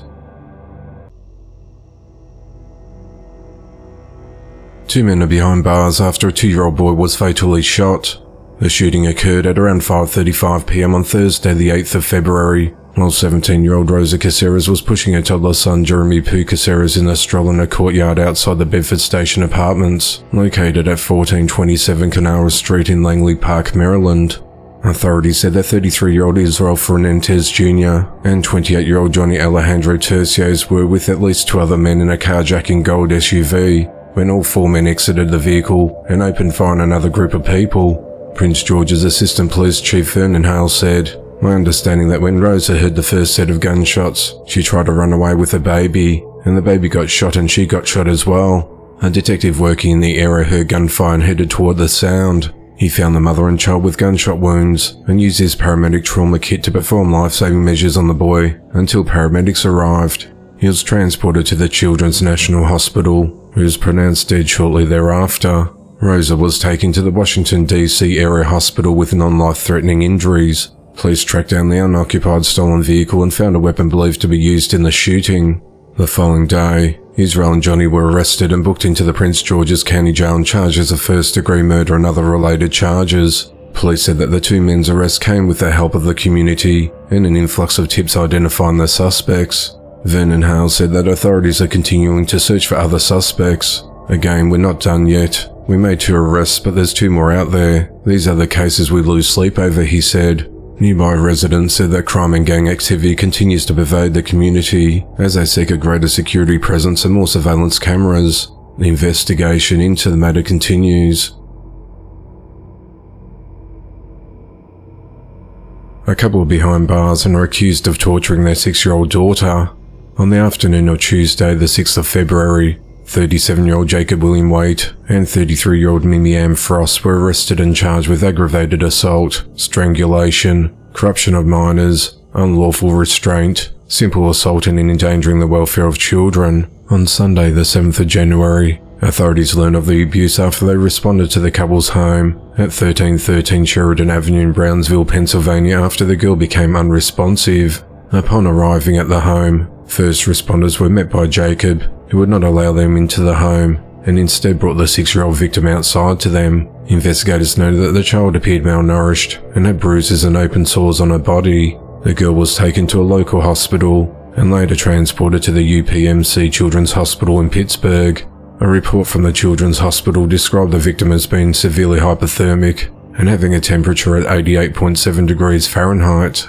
She also had broken and rotten teeth, swollen feet, and had not received pediatric care in more than 3 years. When officers arrived at the residence, they observed the home to be in deplorable condition. Inside they found dog feces, trash, and urine throughout the premises. Authorities said that 10 dogs lived at the house, with 2 adults and 6 children aged between 5 and 17 years old.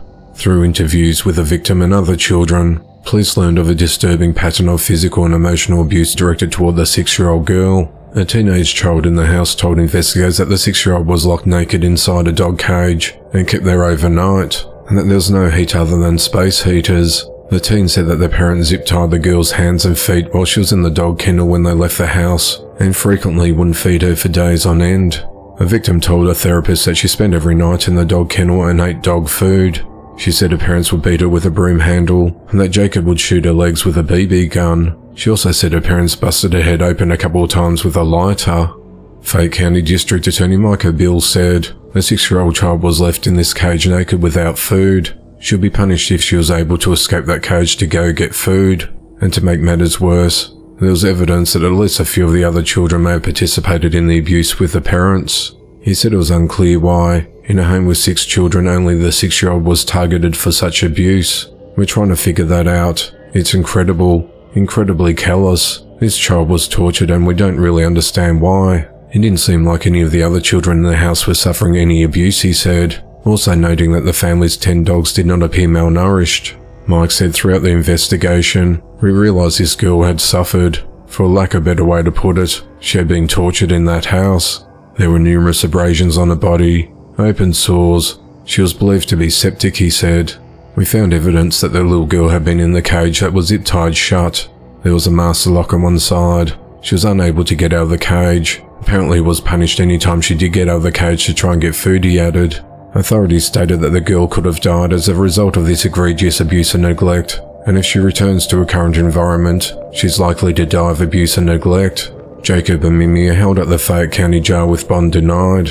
The investigation into the matter continues. Homicide detectives are investigating after 20-year-old Remai Griffin was found fatally shot. At 4:32 p.m. on Friday the 9th of February, authorities responded to Remai's apartment in the 5400 block of Young Ridge Drive in Baldwin, Pennsylvania to complete a welfare check. When officers arrived, they entered Remai's ground-level apartment and found her deceased with a dozen gunshot wounds. Her 1-year-old daughter was found unharmed inside near her mother's body. Authorities said that Remai was likely shot more than 13 hours earlier at around 3 a.m. after neighbours reported hearing the sounds of gunshots at around that time. One neighbour reported hearing a baby crying for a long time and had an eerie feeling about it. No arrests have been made to date, and the motive of the killing is unclear as the investigation into the matter continues. A 19-year-old man is behind bars in connection to the fatal shooting of a 41-year-old man. At around 2 a.m. on Saturday the 10th of February, authorities responded to the intersection of Gamage and Grub Roads in Eufaula, Alabama on reports of shots fired. When officers arrived, they found a deceased man with gunshot wounds. The man was identified as 41-year-old Antoine Lauder, and his death was ruled a homicide.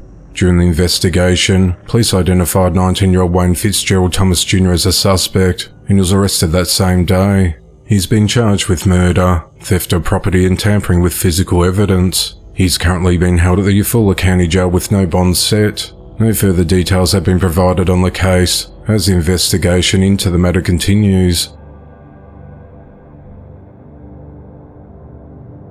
A 30-year-old man is behind bars for fatally shooting a 29-year-old man.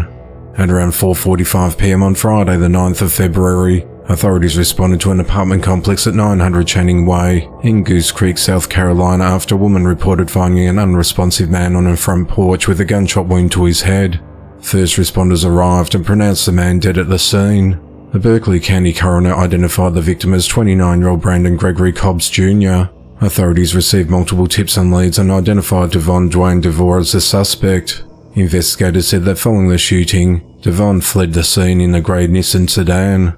At 12:26 p.m. the next day, Devon was arrested at a residence roughly 5 miles away, along Milburn Avenue in Goose Creek, and he was booked into the Hill Finkley Detention Centre. Devon is charged with murder, possession of a weapon during a violent crime, and 2 counts of possession of a weapon by a convicted violent felon. The motive in the killing is unclear, as investigation into the matter continues. A 21-year-old man is behind bars after his 3-year-old brother fatally shot himself. At just before 7 a.m. on Saturday the 10th of February, authorities responded to 2615 Habisham Drive, Decatur, Georgia on reports of a person shot. When officers arrived, they learned that 3-year-old Eric Jamon Duncan shot himself in the face, and his mother had taken him to the hospital where he was pronounced dead. The investigation revealed that the boy shot himself with a gun that belonged to 21-year-old Antoine Jordan, who police said left the gun unsecured. Antoine was arrested and booked into the DeKalb County Jail on charges of second-degree murder and cruelty to children in the second degree. He appeared in the DeKalb County Magistrate Court on Monday the 12th of February and was denied bond. Authorities said multiple other people were detained, but have not said whether anyone else faces charges. The investigation into the matter continues. 31-year-old Chad Egan is behind bars for starting a fire that killed 43-year-old Angela Eileen Craig, as well as a pet dog and cat.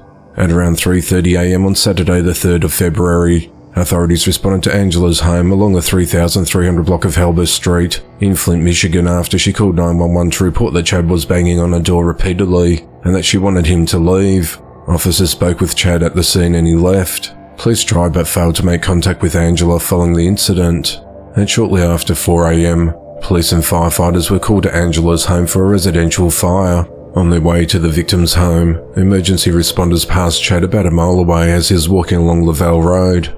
Flint Town Fire Department personnel located Angela unresponsive inside her home, and she was transported to a local hospital where she was pronounced dead. Authorities said that Angela died of smoke inhalation, and that her dog and cat were also found deceased in the fire as well. Investigators said they obtained surveillance footage showing Chad walking towards and away from Angela's home multiple times, as well as in the front of an abandoned house nearby. Officers observed a lighter light up, and then Chad walking across the street and off camera. Investigators said the footage shows houses in the neighborhood lit up from Angela's home on fire. Later that evening, police went to Chad's house and arrested him. He was booked into the Genesee County Jail on charges of murder, arson, and habitual offender fourth offense. Angela is survived by 6 children. The relationship between Chad and Eileen and the motive of the killing is unclear, as the investigation into the matter continues. 23-year-old Teresa Smith has been arrested after a 4-year-old child was found driving a car with a toddler inside. At around 10 p.m. on Sunday the 11th of February, police were called to a parking lot in Winton Road in Cincinnati, Ohio for a domestic incident. When officers arrived, they found 2 unattended children inside a Honda Accord. A 4-year-old was sitting in the driver's seat of the vehicle, moving their car back and forth in the parking spot while a 2-year-old child sat in the back seat of the running car. Police were ultimately able to stop the car and put the car into park before arresting Teresa for failing to supervise the children. She was arrested and charged with 2 counts of endangering children and booked into the Hamilton County Jail with bond set at $10,000. If released, she's required to wear a GPS monitor. 24-year-old Tatiana Iniguez is behind bars after she attacked 2 guests at her home, including stabbing one of them.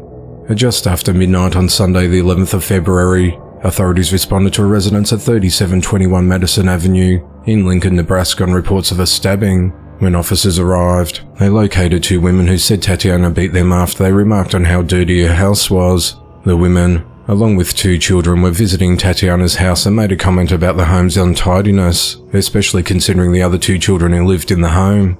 Upset, Tatiana attacked one of the women and choked her, and then began punching the second woman in the head as she stepped in to intervene. At one point, Tatiana picked up a knife and slashed one of the women in the face, causing a 1.5-inch laceration below her right eye. The stabbing victim also had defensive wounds on her hands. Authorities said that 4 children were home at the time when the fight broke out. Police in the home noticed an extreme amount of dog feces and dead mice in the basement, as well as other dirty clothing items. During a search of the home, officers seized a very large knife that was used in the attack. The 2 children living in the home were placed into the custody of a family member. Tatiana was arrested and charged with second-degree assault and possession of a deadly weapon while committing a felony. She's held at the Lancaster County Jail on a $25,000 bond.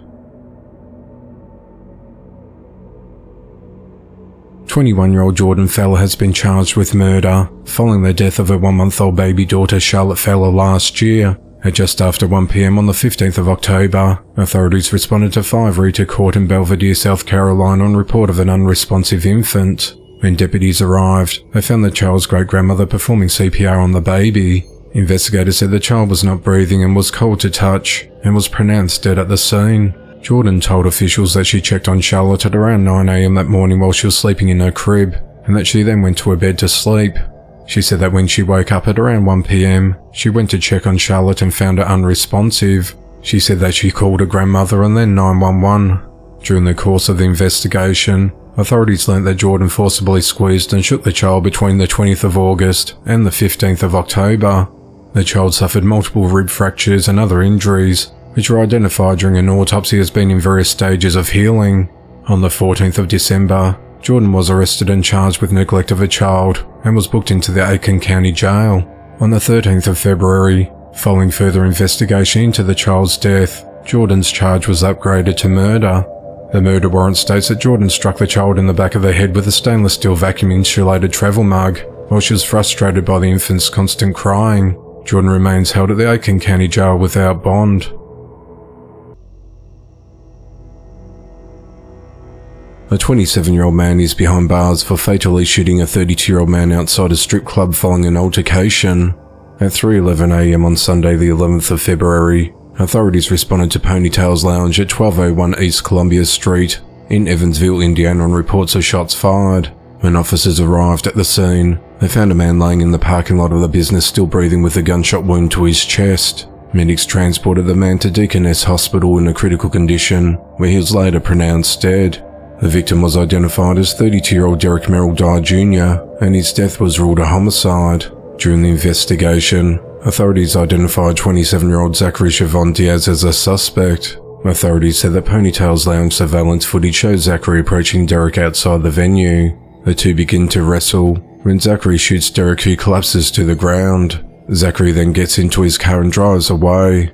Investigators said that Zachary matched witnesses' descriptions, and the license plate on his vehicle was traced back to him as well. Later that evening, police located Zachary several miles away on the 2800 block of Ravenswood Drive, and he was arrested and charged with murder.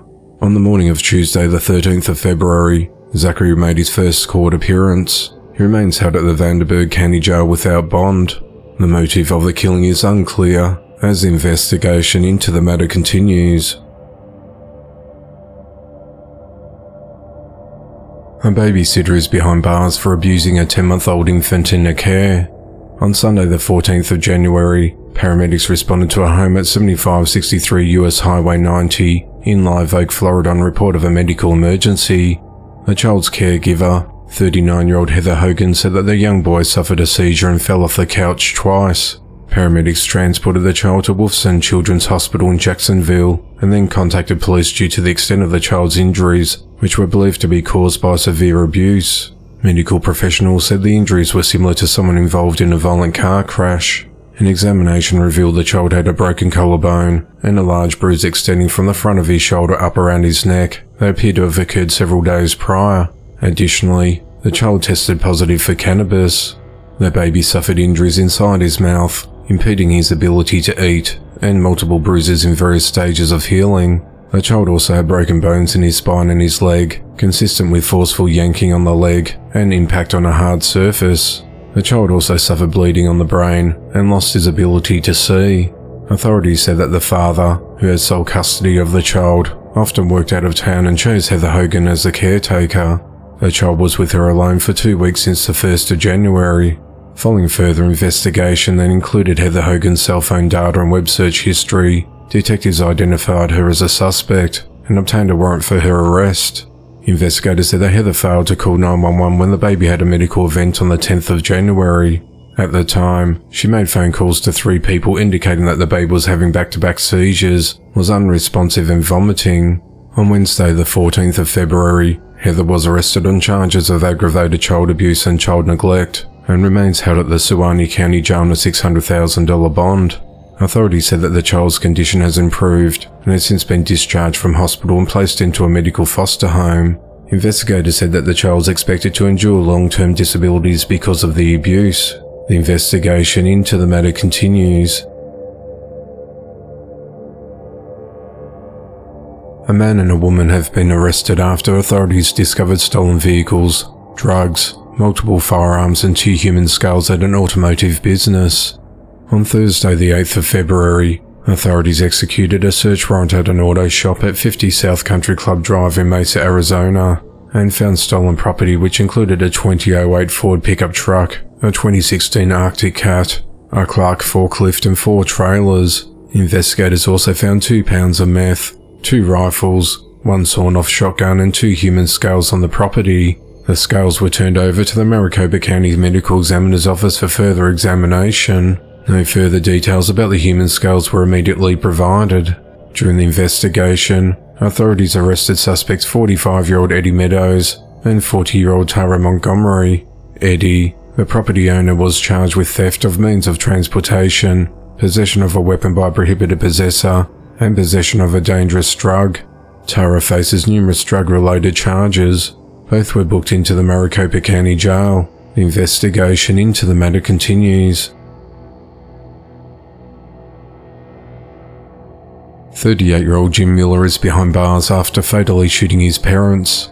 At around 5 a.m. on Monday the 12th of February, authorities responded to a home at 3508 East Campobello Drive in Phoenix, Arizona after Jim called 911 and told dispatch that his father killed his mother and then himself. When the dispatcher asked Jim what happened, he said he did not know. While on the phone with 911, Jim spoke with a roommate and repeatedly asked who had come into the house. When officers arrived, they entered the premises and found Jim's parents, 73-year-old Sam Miller and 72-year-old Marjorie Valentine, deceased in their bedroom. The roommate told police that she has lived with Jim and his parents for several years. She explained that Jim suffers from mental illness and had been acting erratically at the house. She said that Jim had previously pointed a handgun at his mother and a roommate in 2018 and then fired into the ceiling before shooting himself in the head. The bullet grazed him and caused some injuries. Jim was arrested for the incident, but his parents later allowed him to return home. The roommate told investigators that she woke up at around 3:30 to 4 a.m. that morning to Jim yelling and cursing at his parents, saying he was going to kill his mother, and his father pleading for him to stop. She said that she heard 2 loud pops as if someone was being thrown against the wall of the parents' bedroom. Detectives asked if she believed those were gunshots, and she said she was unaware if there was any guns in the house at the time. While questioned by officers at the scene, Jim said that he didn't know what happened. After Jim was taken in for further questioning, police confronted him and said he was not telling the truth. He then confessed to shooting his parents with his father's shotgun. He said he had the perfect relationship with his parents but then cited incidents when his father would drink, become violent and hurt his mother. He then went on to say the reason he killed them. He said that they raped him when he was a baby and heard them talking about it a week ago. He claimed they were taunting him about it, so he snapped and shot them. Jim said he had taken meth to calm himself down after he snapped. When describing the moments that led up to the shooting, Jim said he didn't know who he had shot first and that he blacked out during the incident. He said he was diagnosed with bipolar, schizophrenia, depression and anxiety, but police said he hadn't taken his medication and has been doing well without it. He also said that he'd been homeless for a time.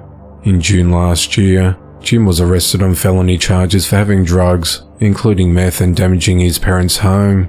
A judge suspended the charges to allow him to participate in the Maricopa County Serious Mental Illness Felony Diversion Program instead of jail time in that case. Police said that Jim had drug problems since he was 13. Jim was booked into the Maricopa County Jail on 2 charges of first-degree murder, and he's been held without bond. The investigation into the matter continues. A 44-year-old man is behind bars and is accused of killing a woman and leaving her remains in the trunk of a car. At around 2 a.m. on Thursday the 15th of February, authorities responded to multiple calls regarding a possible vehicle collision along Bardsley Avenue near Laspina Street in Tulare, California. When officers arrived at the scene, they observed a car on fire. Police said the vehicle was on the road, but hadn't been involved in a crash. After Tulare firefighters extinguished the flames, officers found the body of a 57-year-old woman from Los Angeles inside the trunk. Police have not disclosed the victim's identity or whether she died before or after the fire engulfed the car. During the investigation, detectives identified Brandon Howard as a suspect in the woman's death. Police located Brandon and performed a traffic stop 18 hours after finding the female's remains and took him into custody on suspicion of murder.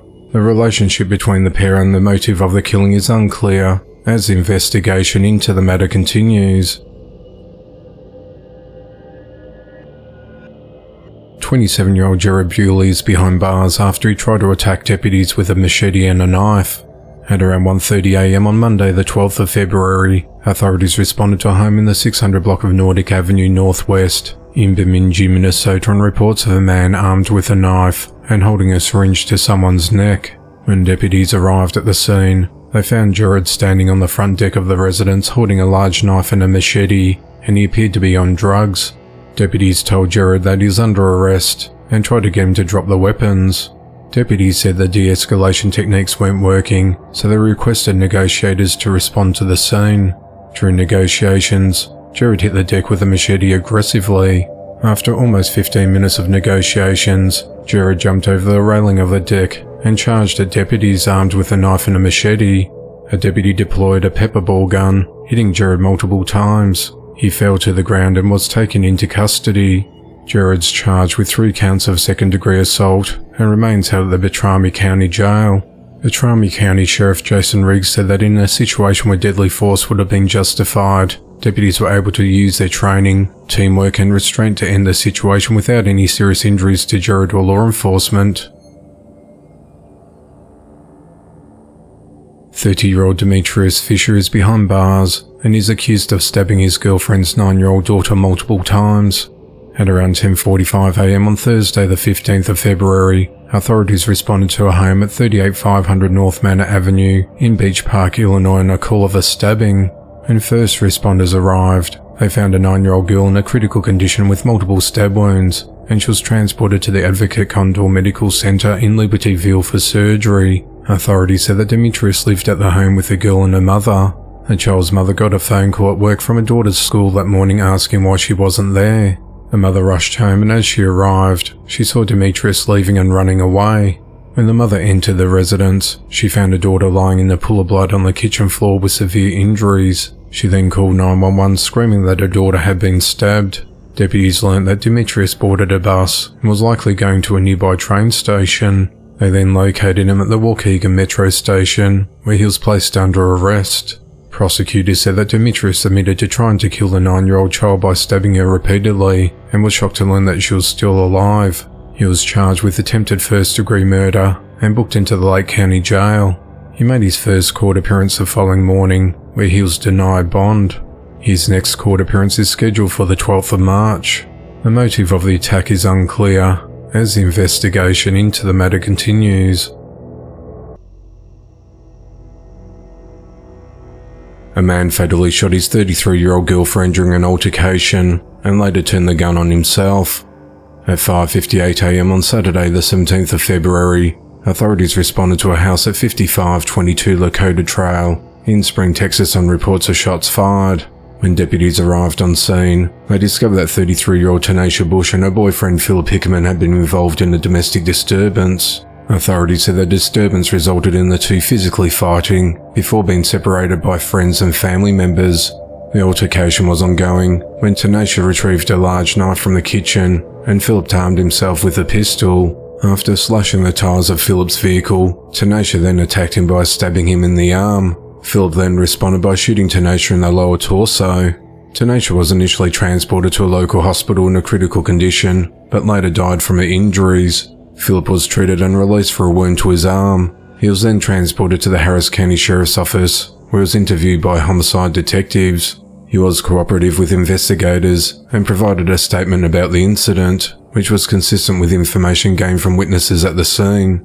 Harris County Sheriff Ed Gonzalez said that Philip was released, but the plan was to refer the case to a grand jury upon completion of the investigation. However, Philip was said to be distraught, and his family went searching for him. He said that on Sunday the 18th of February, family members found him in the parking lot of the 14,700 block of Wood Forest. As family members approached him, he shot himself, and he was pronounced dead at the scene. Our condolences go out to everyone impacted by these two deaths, he said. A woman made her 7-year-old son walk from school as punishment before running him over with her car. Authorities said that at around 3:30 p.m. on the 8th of February, 27-year-old Soraya Rachel James picked up her 7-year-old son from the elementary school in Boaz, Alabama, and learned from the principal that he had gotten into trouble that day. Investigators said that Soraya stopped the vehicle a short distance from the school and made the boy get out, telling him he had to walk or run the rest of the way to their home, about 8 blocks away from the school. Police said the boy attempted to grab the door handle of the car, but the mother accelerated, pulling the boy under the vehicle and accidentally running him over with a rear tire. The child was transported to the University of Alabama Hospital by ambulance with abrasions on his back and on the side of his head. Boaz Police Chief Michael Abercrombie said, "It's a miracle he's not hurt worse than what he could have been." Soraya was arrested that same day and booked into the Marshall County Jail and was charged with aggravated child abuse. On the 11th of February, she was released after posting a $50,000 bond on the condition she has no contact with her son until further notice. 53-year-old Carla Mae Owens, who police said was also in the vehicle at the time of the incident, was charged with endangering the welfare of a child and was released on a $500 bond. The investigation into the matter continues. A suspended magistrate judge is accused of shooting an ex-boyfriend in the head and leaving him blind in one eye after he asked her to move out of his house several times. On Thursday, the 15th of February, 57-year-old Sonia McKnight was arrested and charged with attempted murder and aggravated assault of her ex, 54-year-old Michael McCoy. At 12:48 a.m. on Saturday, the 10th of February, authorities responded to Michael's home at 224 Saddle Ridge Drive in Harrisburg, Pennsylvania, after Sonia rang 911 to report that Michael could not see and asked if an ambulance could come and get him. Police said Sonia did not tell 911 dispatchers what happened and claimed she was sleeping and heard him scream. Responding officers arrived on scene and found Michael alive, but had sustained a gunshot wound to his face. Neither Sonia or Michael told officers exactly what happened, besides Michael stating, "I did not shoot myself." Both Michael and Sonia said there was no one else in the home besides them during the shooting. Authorities said that Sonia and Michael had been dating for about a year. Sonia had already moved into Michael's home when on Sunday the 4th of February, Michael decided to end their relationship. Despite asking Sonia to leave his home several times, she refused to leave. Michael then removed a key to his home from Sonia's keyring, even though most of her clothing and personal items were inside the residence. When Michael awoke the following morning, Sonia was gone. When he got back home from work, however, Sonia had returned, telling him that she let herself in using a spare key. On the evening of Friday, the 9th of February, Michael went to a tavern after work. He told police that he believed Sonia had been following him a suspicion police were able to later confirm through surveillance footage in the neighbourhood. When Michael arrived home, he found Sonia relaxing on his couch in her pyjamas. He told her that she needed to leave, and said he planned on calling her mother to assist him in getting her out of his home if need be. She then allegedly agreed to go, and Michael said they'll talk about it in the morning, because he was tired and said that he had had a long week. Michael told investigators that it was like she finally understood that it was over. Following what seemed to be an understanding between the pair, Michael went to bed at around 11 p.m, but woke up shortly before 1 a.m. with massive head pain. He couldn't see and started screaming. Sonia told police that she could not explain what happened, but stated that she was sleeping and heard Michael screaming. She said she rushed into his bedroom asking Mike, "What did you do to yourself?" She then escorted Michael to the bathroom where he asked her several times to call an ambulance. When paramedics arrived, Michael was shocked to learn that he had been shot in the head because he did not hear the gunfire. A bullet had entered his right temple and exited his left temple. Forensic evidence collected determined that Michael had been shot from about a foot away, and investigators found gun residue in Sonia's hands about an hour after the incident. The firearm used in the shooting was registered to Sonia. Michael was released from hospital the next day and remains blind in his right eye. Michael's not the first partner Sonia's been accused of shooting. In 2019, she shot her then estranged husband Enoch McKnight in the groin and accused him of cheating after she asked him to come to her home to move furniture. No charges were filed, however, as she was cleared of wrongdoing after investigators determined that she'd acted in self-defense. In November last year, Sonia was suspended without pay from her judicial role over numerous allegations of misconduct. Among the findings, Sonia gave excess vacation time to members of her court staff and directed her staff to ignore a claim against her from another woman who claimed that Sonia owed her $2,100 from a loan that she refused to repay. She also used a Facebook profile with a photo in judicial robes to promote sales of a consumer product. Sonia remains held at the Dauphin County Jail on a $300,000 bond on an attempted murder and aggravated assault charge. She maintains her innocence and claims that Michael shot himself. If convicted of first-degree attempted murder, Sonia faces up to 40 years in prison. The investigation into the matter continues. A toddler's mother, 2 juveniles and another adult were arrested after a 3-year-old was beaten to death, while the adults left 8 children unsupervised in the home. At around 3:45 p.m. on the 12th of February, police responded to a call about an unresponsive 3-year-old girl at her house at 3310 O'Neill Lane in Baton Rouge, Louisiana. Authorities said that a child made the call and told them that there was no adults at home. While responding to the residents, deputies were met by the toddler's mother, 26-year-old Denisha Yates, and the child's aunt, 26-year-old Terica Scott, who were pulling into the driveway, saying they had just left the casino.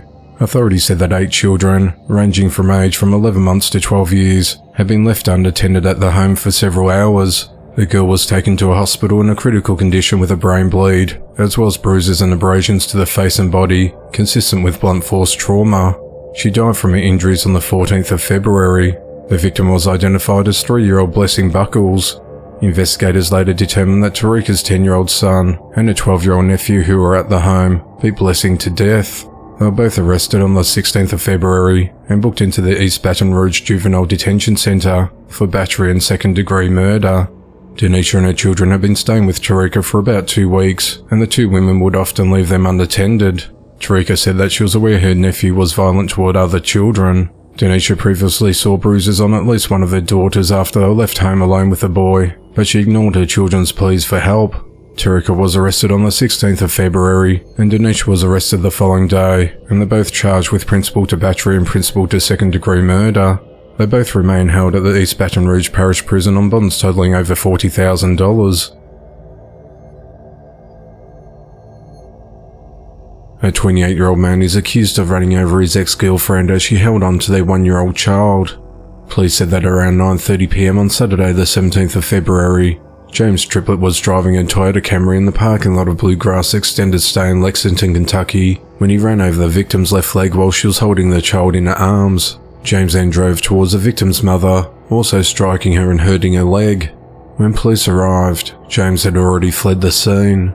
The victim told officers that James struck her in the face and strangled her before running her and her mother over. The ex-girlfriend was transported to a local hospital with extreme pain in her left leg. No other injuries were reported. James returned to the scene while officers were still there.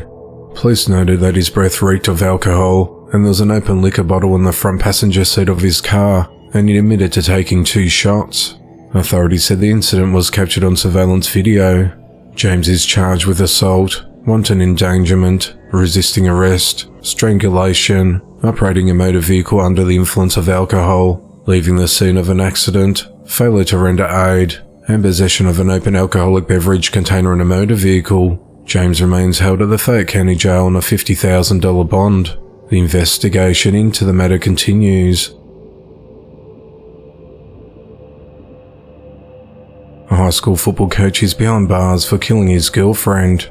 At around 9:20 a.m. on Saturday the 17th of February, 43-year-old Cole Kearney Jr. walked into the Division 5 Clinton Police Station in Maryland and advised officers he strangled his girlfriend, 38-year-old Patrina Best, inside her home early that morning. Officers responded to Patrina's residence at 800 St. James Court in Accokeep, Maryland to conduct a welfare check. Once inside, officers located Patrina unresponsive and she was pronounced dead at the scene. During an interview with Homicide Unit detectives, Cole confessed to strangling Patrina during an argument. It's unclear what the dispute was about. Cole is charged with first and second degree murder and related charges and remains held at the Prince George's County Jail. Cole played in the NFL preseason games with the New York Jets in 2004 and 2005 and is the head football coach at the Spalding High School in Griffin, Georgia. Patrina became a registered nurse in 2016 and worked as a travel operating nurse around the country. Patrina's family said that around the time of her death, Cole was helping her pack up her belongings from her place to move for a new travel nurse assignment. On Friday the 16th of February 2024, 36-year-old Jason Carrolls was sentenced to life in prison for drowning his 3 children in 2022. On the 15th of December 2023, Jason pleaded guilty but mentally ill to drowning his children, 5-year-old Bryant Carrolls, 3-year-old Cassidy Carrolls and 2-year-old Gideon Carrolls in a bathtub because he was angry his children's mother had left him. Despite their separation, Jason's estranged wife Deborah Carrolls was in the process of gaining full custody of the kids, allowed the children to spend the night with him on the 12th of June 2022. Deborah said she spoke to the children on the phone late that night. She said they seemed happy and were excited to hear from her, and were excited to chat.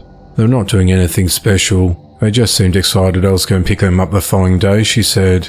At around 1:40 p.m. the next day, authorities responded to Jason's home at 253 East Camden Lane in Round Lake Beach, Illinois after Deborah called police after finding her 3 children deceased in the bedroom. Near the bodies, responding officers found a note from Jason that read, "If I can't have them, neither can you." Jason fled the scene before investigators arrived. Authorities later traced Jason down that day in his red 2010 Nissan Maxima along Interstate 57. He led them on a 17-minute high-speed chase across multiple highways, involving several police departments before he crashed into the Interstate 80 bridge in a wooded area near the intersection of Water and Duncan Streets in Joliet, about 60 miles away from his home. He was taken into custody and immediately confessed to the slayings, and later provided a detailed statement which described drowning his children one by one in a bathtub. He also attempted to take his own life several times after the drownings. Investigators said they found a significant amount of blood at the crime scene that did not belong to the victims. Lake County Judge James Boris characterized Jason's actions as sickening and despicable before handing down a life sentence without the possibility of parole. Chief of the Domestic Violence Division Eric Colata described Jason's actions as brutal, evil and sinister. He said that Jason caused panic, fear and absolute terror in those children's final moments, using them as pawns in a scheme of revenge. Relatives described Jason as a monster, stating that he was the only person who was supposed to love and protect his children at all costs, and instead he did the complete opposite. A 35-year-old woman has been killed and 5 others wounded in a shooting outside a Waffle House.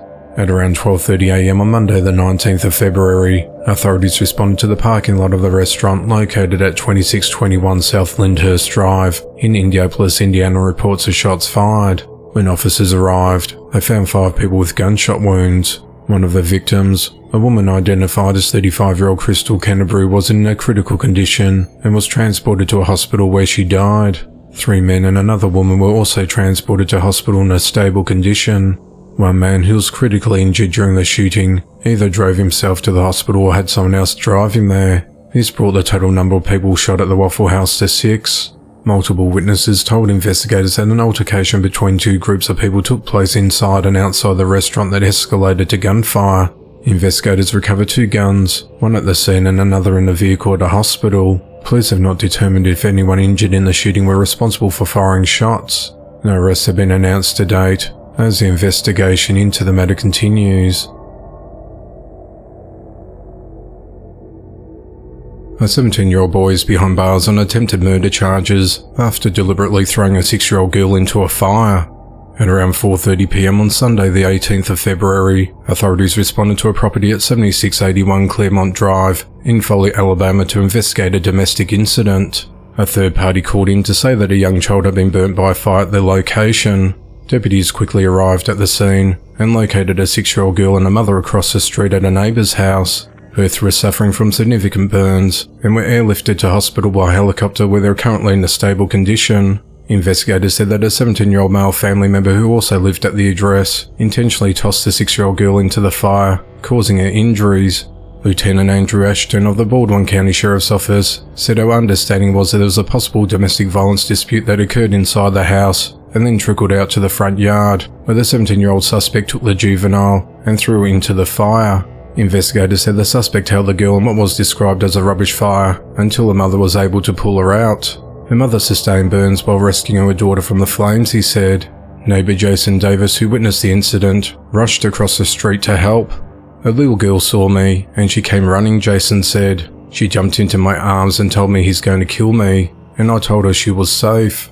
Jason said he told the suspect to back off. He instructed a friend to call 911 and took the child and the mother back to his house until help arrived. Lieutenant Ashton said it's appalling any time a child receives these types of injuries in circumstances of this nature, being a domestic dispute or whatnot. It's hard to sit there and I think, realistically looking at things and imagine they're going to escalate into a situation like this. The Baldwin County District Attorney's Office said the 17-year-old suspect has been charged as an adult because he's over 16 and faces a Class A felony charge of attempted murder. He also has been charged with assault. Authorities have not disclosed the teen's name and said that further charges are possible. He remains held at the Baldwin County Jail on a $550,000 bond. A Pizza Hut employee is accused of killing his manager, dumping his body in a trash can and leaving it behind the restaurant. On Friday the 16th of February, 31-year-old Kevon Ingram appeared in the Milwaukee County Circuit Court in Wisconsin and was arraigned on charges of first-degree murder with the use of a dangerous weapon, hiding a corpse, armed robbery and possession of a firearm by a felon. At 11:04 a.m. on Wednesday the 7th of February, authorities received a 911 call from a garbage truck driver who reported finding a body in the garbage can behind the dumpsters at Pizza Hut, located at 124 North Chicago Avenue in South Milwaukee, Wisconsin. A responding officer walked over to the dumpster and found a 55-gallon trash can on wheels. He saw a semi-transparent plastic bag over the top of the garbage can with a foot protruding out of the can beneath the plastic bag. The officer also saw a pool of blood beneath the garbage can. The victim was identified as 55-year-old Alex Stengel. Police found a trail of blood that went from the dumpster area to the Pizza Hut building to the door that led to the restaurant's kitchen. Police believe Kevon killed and robbed Alex over a $7,000 inheritance check he recently cashed on his way to work. Alex then brought the money to work and showed other employees, including Kevon. Investigators said that on the morning of the 7th of February, Kevon shot Alex in the head inside the restaurant's kitchen and then tried to slit his throat. He then wrapped Alex's body in a garbage bag and then placed it in a garbage can. At 10:25 a.m. that morning, surveillance video from a Taco Bell next door caught Kevon wheeling Alex's body outside to the dumpster behind the Pizza Hut. Authorities said that the kitchen floor was cleaned, but investigators found blood on the sink, mop handle and light switch. When authorities went to Kevon's house, his girlfriend asked, "Is this about Alex?" His girlfriend said that Kevon discussed shooting Alex in the head and robbing him of his money, telling her if your gun is to his head and you shoot him in the head, it works as a silencer and no one's going to hear it. Police said they found a gun inside a backpack at his home. Kevon is being held on a $200,000 bond. A couple have been arrested in connection with the deaths of 2 children. At 8:37 a.m. on the 20th of January 2024, authorities responded to King's Storage at 617 West 6th Street in Pueblo, Colorado, where they found a suspicious metal container in a storage unit filled with hardened concrete. During a search of the metal container, investigators found a young girl's remains. At the time of the discovery, investigators were working to locate two missing children, Jesus Dominguez Jr. and Yesenia Dominguez, who were last seen in summer of 2018. When the children disappeared, Yesenia was 3 years old, and her brother Jesus Jr. was 5 years old. Police said that no one had reported the children missing, and officers did not learn about their disappearance until the 20th of January 2024.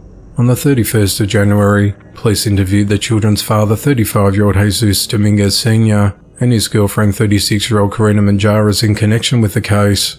Police learned that the children might be in Phoenix, but investigators later found out that was not the case. Detectives said that they found Karina's vehicle in a local scrapyard and searched it on the 6th of February.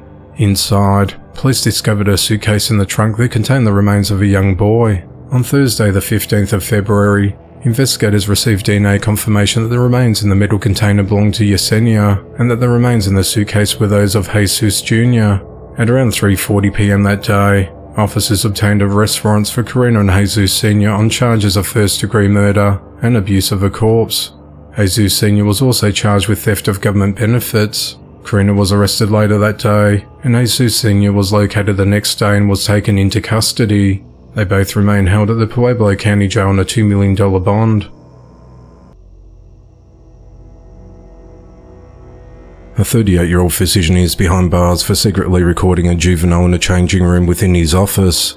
Authorities said that around 2 p.m. on the 24th of January, Dr. Polagayed of Ava Rehab Clinic at 1342 East State Road 60, Lake Wales, Florida, asked a 16-year-old girl to get undressed and put on a gown before treatment. Police said that he then directed the minor to a specific changing room, which had a privacy curtain. Once undressed, she noticed a partially hidden ring camera with a blue record light on. Police said she continued with her appointment without mentioning the camera, but Dr. Gayed noticed her behaviour was off. Once she left the exam room, Dr. Gayed took the camera offline and deleted the footage. The following day, the victim told her parents, who filed a police report. On the afternoon of Monday, the 29th of January, detectives executed a search warrant at the clinic, where they recovered a ring camera concealed in the patient's changing room. Detectives obtained an arrest warrant and took Dr. Gayed into custody. He was booked into the Polk County Jail on video voyeurism and tampering with evidence charges, both third-degree felonies.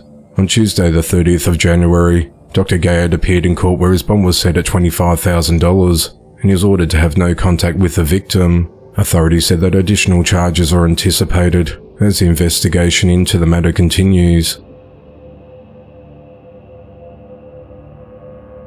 45-year-old Heather Steins is behind bars after a 40-year-old man's remains were discovered in her apartment.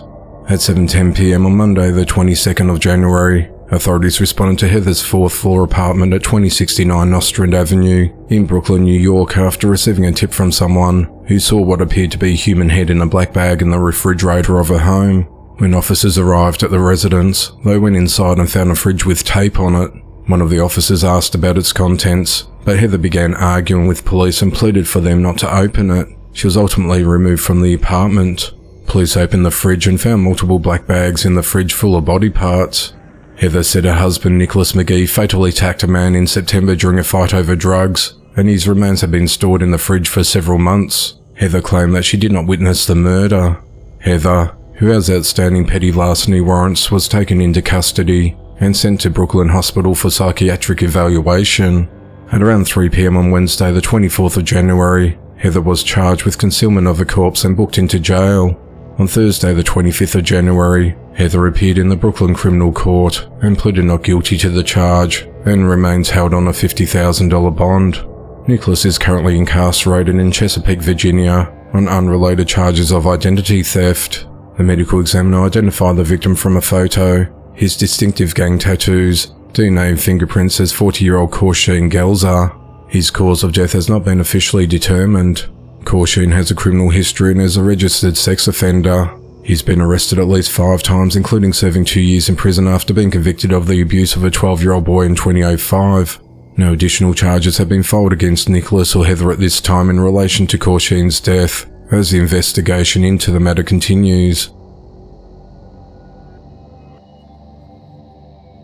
A 31-year-old man will spend the rest of his life behind bars for strangling and fatally bludgeoning his 29-year-old friend with a hammer in 2021. On Monday the 29th of January 2024, a jury in Ellis County, Texas convicted Trenton James Adams of capital murder of Jordan Ryan von Hoffman. He was sentenced to life in prison without parole. On Wednesday the 24th of March 2021, Jordan's sister and friends were worried about him when he did not show up for work and had not returned to his home. Friends knew that he had travelled from Maybank, Texas the previous Saturday to return a truck back to Trenton. That afternoon, the victim's sister and friends went to the location where they believed Trenton had been staying in the 6900 block of Ensign Road in Ennis, Texas, and while searching the area, they noticed the truck but did not see Jordan or Trenton. With permission from the owner of the property, they looked through the trailer on the property and in the shed. Inside the shed, they discovered what they believed to be a body wrapped in contractor plastic, a tarp covered in paint, and in a trash can. They also discovered another trash can wrapped and hidden. At 4:20 p.m, they called 911 and deputies arrived and began an investigation. The medical examiner's office later determined that the body in one of the trash cans was 29-year-old Jordan von Hoffman, and his death was ruled a homicide. His cause of death was due to compression of his neck and blunt force trauma consistent with being hit in the head with a hammer. Jordan had severe trauma all over his head and body, and had also been hog-tied with his arms and legs bound behind his body. In the second trash can, investigators discovered a hammer believed to be used on the victim, as well as bloody gloves and other items. Investigators found items in the trailer and trash cans that were purchased from Home Depot. Home Depot surveillance video showed Trenton and another person purchasing trash cans, paint, contractor plastic, gloves, and other items the day before and on the morning of the murder. Lab tests indicated that Trenton's DNA was inside the gloves, and Jordan's DNA was on the hammer and on the gloves. Phone and Facebook records show that during the same time that the items were purchased from Home Depot, Trenton and the other person were messaging and calling Jordan, encouraging him to come over. Authorities obtained a warrant for Trenton's arrest, but he fled the area in a black 2011 Jeep Compass. He had travelled through San Marcos and Fort Worth, and at around 8 a.m. on the 8th of April 2021, officials located him in an apartment complex in Houston and took him into custody. While on the run, Trenton called dispatch multiple times confessing to the murder. He also posted on Facebook admitting to the murder, but saying that he did it because he found out that Jordan hurt a child, which investigators determined was not true. Following his arrest, Trenton told investigators that he did not murder the victim, but that a South American cartel was responsible, and they made him move the body. Trenton later sent a letter to Ellis County District Attorney's Office, in which he again admitted to the murder, saying he worships death and that he carries out rites and rituals of satanic worship, including blood sacrifices. Further investigation revealed that Trenton believed that Jordan and Trenton's girlfriend had engaged in a sexual encounter prior to the victim's death. Ellis County District Attorney Ann Montgomery said, "I'm pleased that justice was served for Jordan and his family. I'm also thankful that Trenton Adams will never walk freely in Texas again." A former Target employee will spend the rest of his life behind bars for fatally stabbing and bludgeoning his co-worker. On the 30th of January 2024, a judge in Fairfax County, Virginia sentenced Basin Burhay to 100 years in prison, with 30 years suspended for the first-degree murder of 58-year-old Hernan Lever. Basin pleaded guilty to the charge in October of 2023. At around 3:30 a.m. on Saturday, the 17th of April 2021, authorities responded to the Target parking lot of 5115 Leesburg Pike in Baylor's Crossroads, Virginia, where they found Hernan unresponsive with stab wounds and blunt force trauma to his upper body. Officials pronounced him dead at the scene. Authorities said that on Wednesday the 14th of April 2021, Basin became angry with his co-worker Hernan, who worked as a janitor at Target, because he allegedly stole his lunch from the office refrigerator. The next day, Basin bought a hammer and 2 knives while leaving his shift at Target, and spent the following day training for the murder. In the early hours of the 17th of April, Basin Burhay went to the Target parking lot waiting for Hernan to arrive. When the unsuspecting victim showed up to work, Basin stabbed and bludgeoned him to death before fleeing. A short time later, Basin returned to the parking lot and turned himself in to police and confessed to the murder. At the sentencing hearing, Basin threatened to kill or hurt other people if he is not given the harshest possible sentence. Fairfax County Commonwealth Attorney Steve Descano said, "Mr. Lever's unnecessary and tragic death leaves behind a grieving family and community, one that will never be the same after such a senseless act of violence." A married couple are behind bars after an 8-year-old girl was fatally beaten with a rolling pin.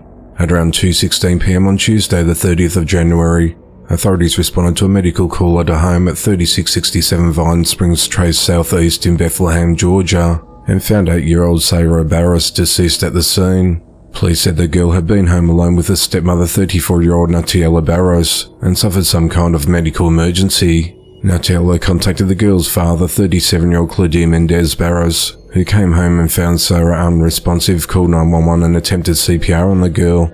Police arrested Natiela and charged her with first-degree cruelty to children, aggravated assault, felony murder and malice murder.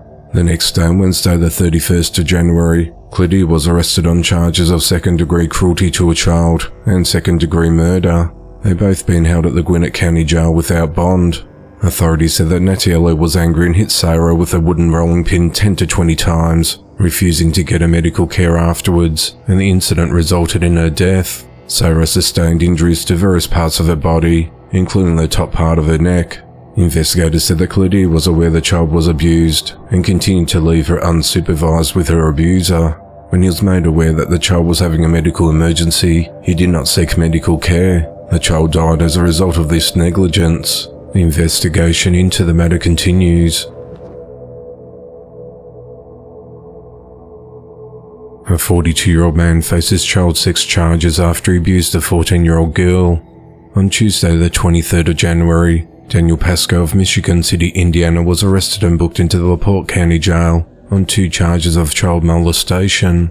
The incidents occurred in July of 2023, while the girl and her mother were in between housing and stayed at various Michigan City hotels after being evicted the month prior.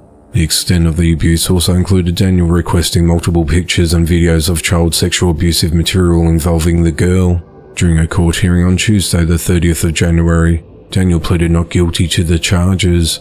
He was released from jail after posting a 10% cash option on his $10,000 bond, with the condition of GPS monitoring. A 23-year-old man is behind bars for fatally stabbing his 19-year-old ex-girlfriend. At 2:22 p.m. on Friday the 16th of February, authorities responded to the Brookstone condo complex at 2507 Waterford Road in Lower Makefield Township, Pennsylvania, on reports of a domestic-related burglary. Investigators said that Jaden Kylie Batista was on FaceTime with a friend when her ex-boyfriend Trevor Christopher Wagle showed up unannounced outside her home and began banging on a door, trying to get inside. While speaking with Jaden, the friend heard her say that Trevor was able to get into the residence through the ground floor window. The friend heard a commotion on the other end of the call, followed by a thump, and then Jaden's voice became muffled, as if someone was holding their hand over her mouth to prevent her from speaking. The call ended, and the friend tried to call back several times, but the calls went unanswered. The friend then called 911, prompting the police response. When the first officer arrived, he saw the man, later identified as Trevor Wagle, standing next to a red Ford Mustang outside the home with the passenger door open. The officer saw Trevor chase after Jaden, tackle her to the ground and repeatedly stab her in the upper body. He then saw Jaden bleeding heavily from the chest and Trevor fleeing on foot. While the first officer rendered first aid to Jaden, a second officer ran after Trevor. Trevor stabbed himself on the right side of the neck while running toward Interstate 295. The officer eventually caught up with Trevor and tased him and took him into custody. Jaden was transported to a local hospital by ambulance, where she was pronounced dead. An autopsy performed the next day determined that she died of a total of 15 stab wounds to the neck and chest. Police body camera footage taken during Trevor's arrest showed him accusing Jaden of cheating on him and admitting he lost it. Following his arrest, Trevor was taken to hospital, where he underwent surgery for his injuries. A bloody knife was also recovered from the scene. Authorities said that Jaden and Trevor had dated for about 2 months and had recently broken up. Trevor is charged with criminal homicide, burglary, possession of an instrument of crime, disorderly conduct and harassment. He remains held at the Bucks County Jail with bond denied. 53-year-old Douglas Turrell is behind bars for fatally shooting his mother, 78-year-old Joanne Turrell. At 7:13 p.m. on Tuesday the 20th of February, authorities responded to residents at 16307 Coldwood Drive in Keystone, Florida on reports of an unresponsive woman. Joan's daughter asked her neighbor to check on her mother. The neighbor agreed and went to her home and found Joan's body covered with a blanket and called 911. When deputies arrived at the residence, they found Joan deceased with at least 1 gunshot wound. Deputies discovered Joan's son, Douglas, who also lives in the home, had locked himself in the bedroom with a gun. Officials eventually arrested him on suspicion of his mother's death, and charged him with second-degree murder. He remains held at the Hillsborough County Jail without bond. Neighbour Ellen Henderson, who had seen Joan just the day before, said, "I was shocked. I thought maybe she fell, but when I saw the forensic sheriff's cars, I knew it was more than just her falling." Hillsborough County Sheriff Chad Chronister said, "Our heart breaks for the friends and family of this woman whose life was not only tragically ended, but done so at the hands of her son. Joan was celebrating her 78th birthday, a time that should be filled with joy and beautiful memories. Instead, we're now trying to piece together what resulted in that ending in such heartbreak," he said. On Monday the 12th of February 2024, 52-year-old Richard Crosland pleaded guilty to abuse of his mother's corpse and public assistance fraud. On Monday the 30th of May 2022, authorities responded to 68-year-old Regina Crosland's home at 315 Trade Street in Florence, Alabama, after a person asked to conduct a welfare check after not seeing or hearing from her for weeks. Officers were met by Regina's son, Richard Crosland, and a woman, Amanda Phillips. Amanda tried to prevent the officers from entering the house. After eventually entering the premises, officers found Rosalind deceased in her bed. Investigators said it appeared that the woman had been dead for several weeks. Due to the advanced level of decomposition and a mummified state, officials said her cause of death could not be determined, but believed she died sometime earlier that month. Authorities said that Richard hid a corpse in the house for weeks so he could collect her public assistance money. He was initially immediately arrested on unrelated warrants, while Amanda was charged with obstructing governmental operations. Richard was later charged with abuse of a corpse and public assistance fraud. Court documents show Richard's plea agreement as a habitual offender, stating that he will serve 20 years in the Department of Corrections. His sentencing is due to take place at the Lauderdale County Courthouse on the 8th of April 2024. 28-year-old Aaron Jacob Wingerson is behind bars for sexually abusing an infant. On Thursday the 15th of February, Aaron was in his apartment in Cedar Rapids, Iowa, with a 3-month-old baby, while the child's parents were outside the building. The parents were on a FaceTime call with a phone they had set up in the room with the baby, when they saw Aaron starting to sexually assault the child. Their parents attempted to get back into the apartment, but they didn't have any keys, so they ended up kicking down the door. Police said that Aaron noticed the cell phone in the room and fled the scene, but officers apprehended him later that day. During an interview with detectives, Aaron admitted to the abuse and to having planned to do it before it happened. Aaron's charged with second-degree sexual abuse and lascivious acts with a child and was booked into the Lynn County Jail. He remains held on a $35,000 cash-only bond on the condition he has no contact with the baby or the child's parents. 45-year-old Corinne Ellis Stark and 39-year-old Shelley Jean Gort face multiple charges after they repeatedly assaulted a man and held him captive inside a home. At around 9:30 a.m. on Monday the 19th of February, authorities responded to Freedom Gas Station at 3017 First Avenue in Hibbing, Minnesota after a staff member called 911 to report a man had just walked in stating he had been kidnapped.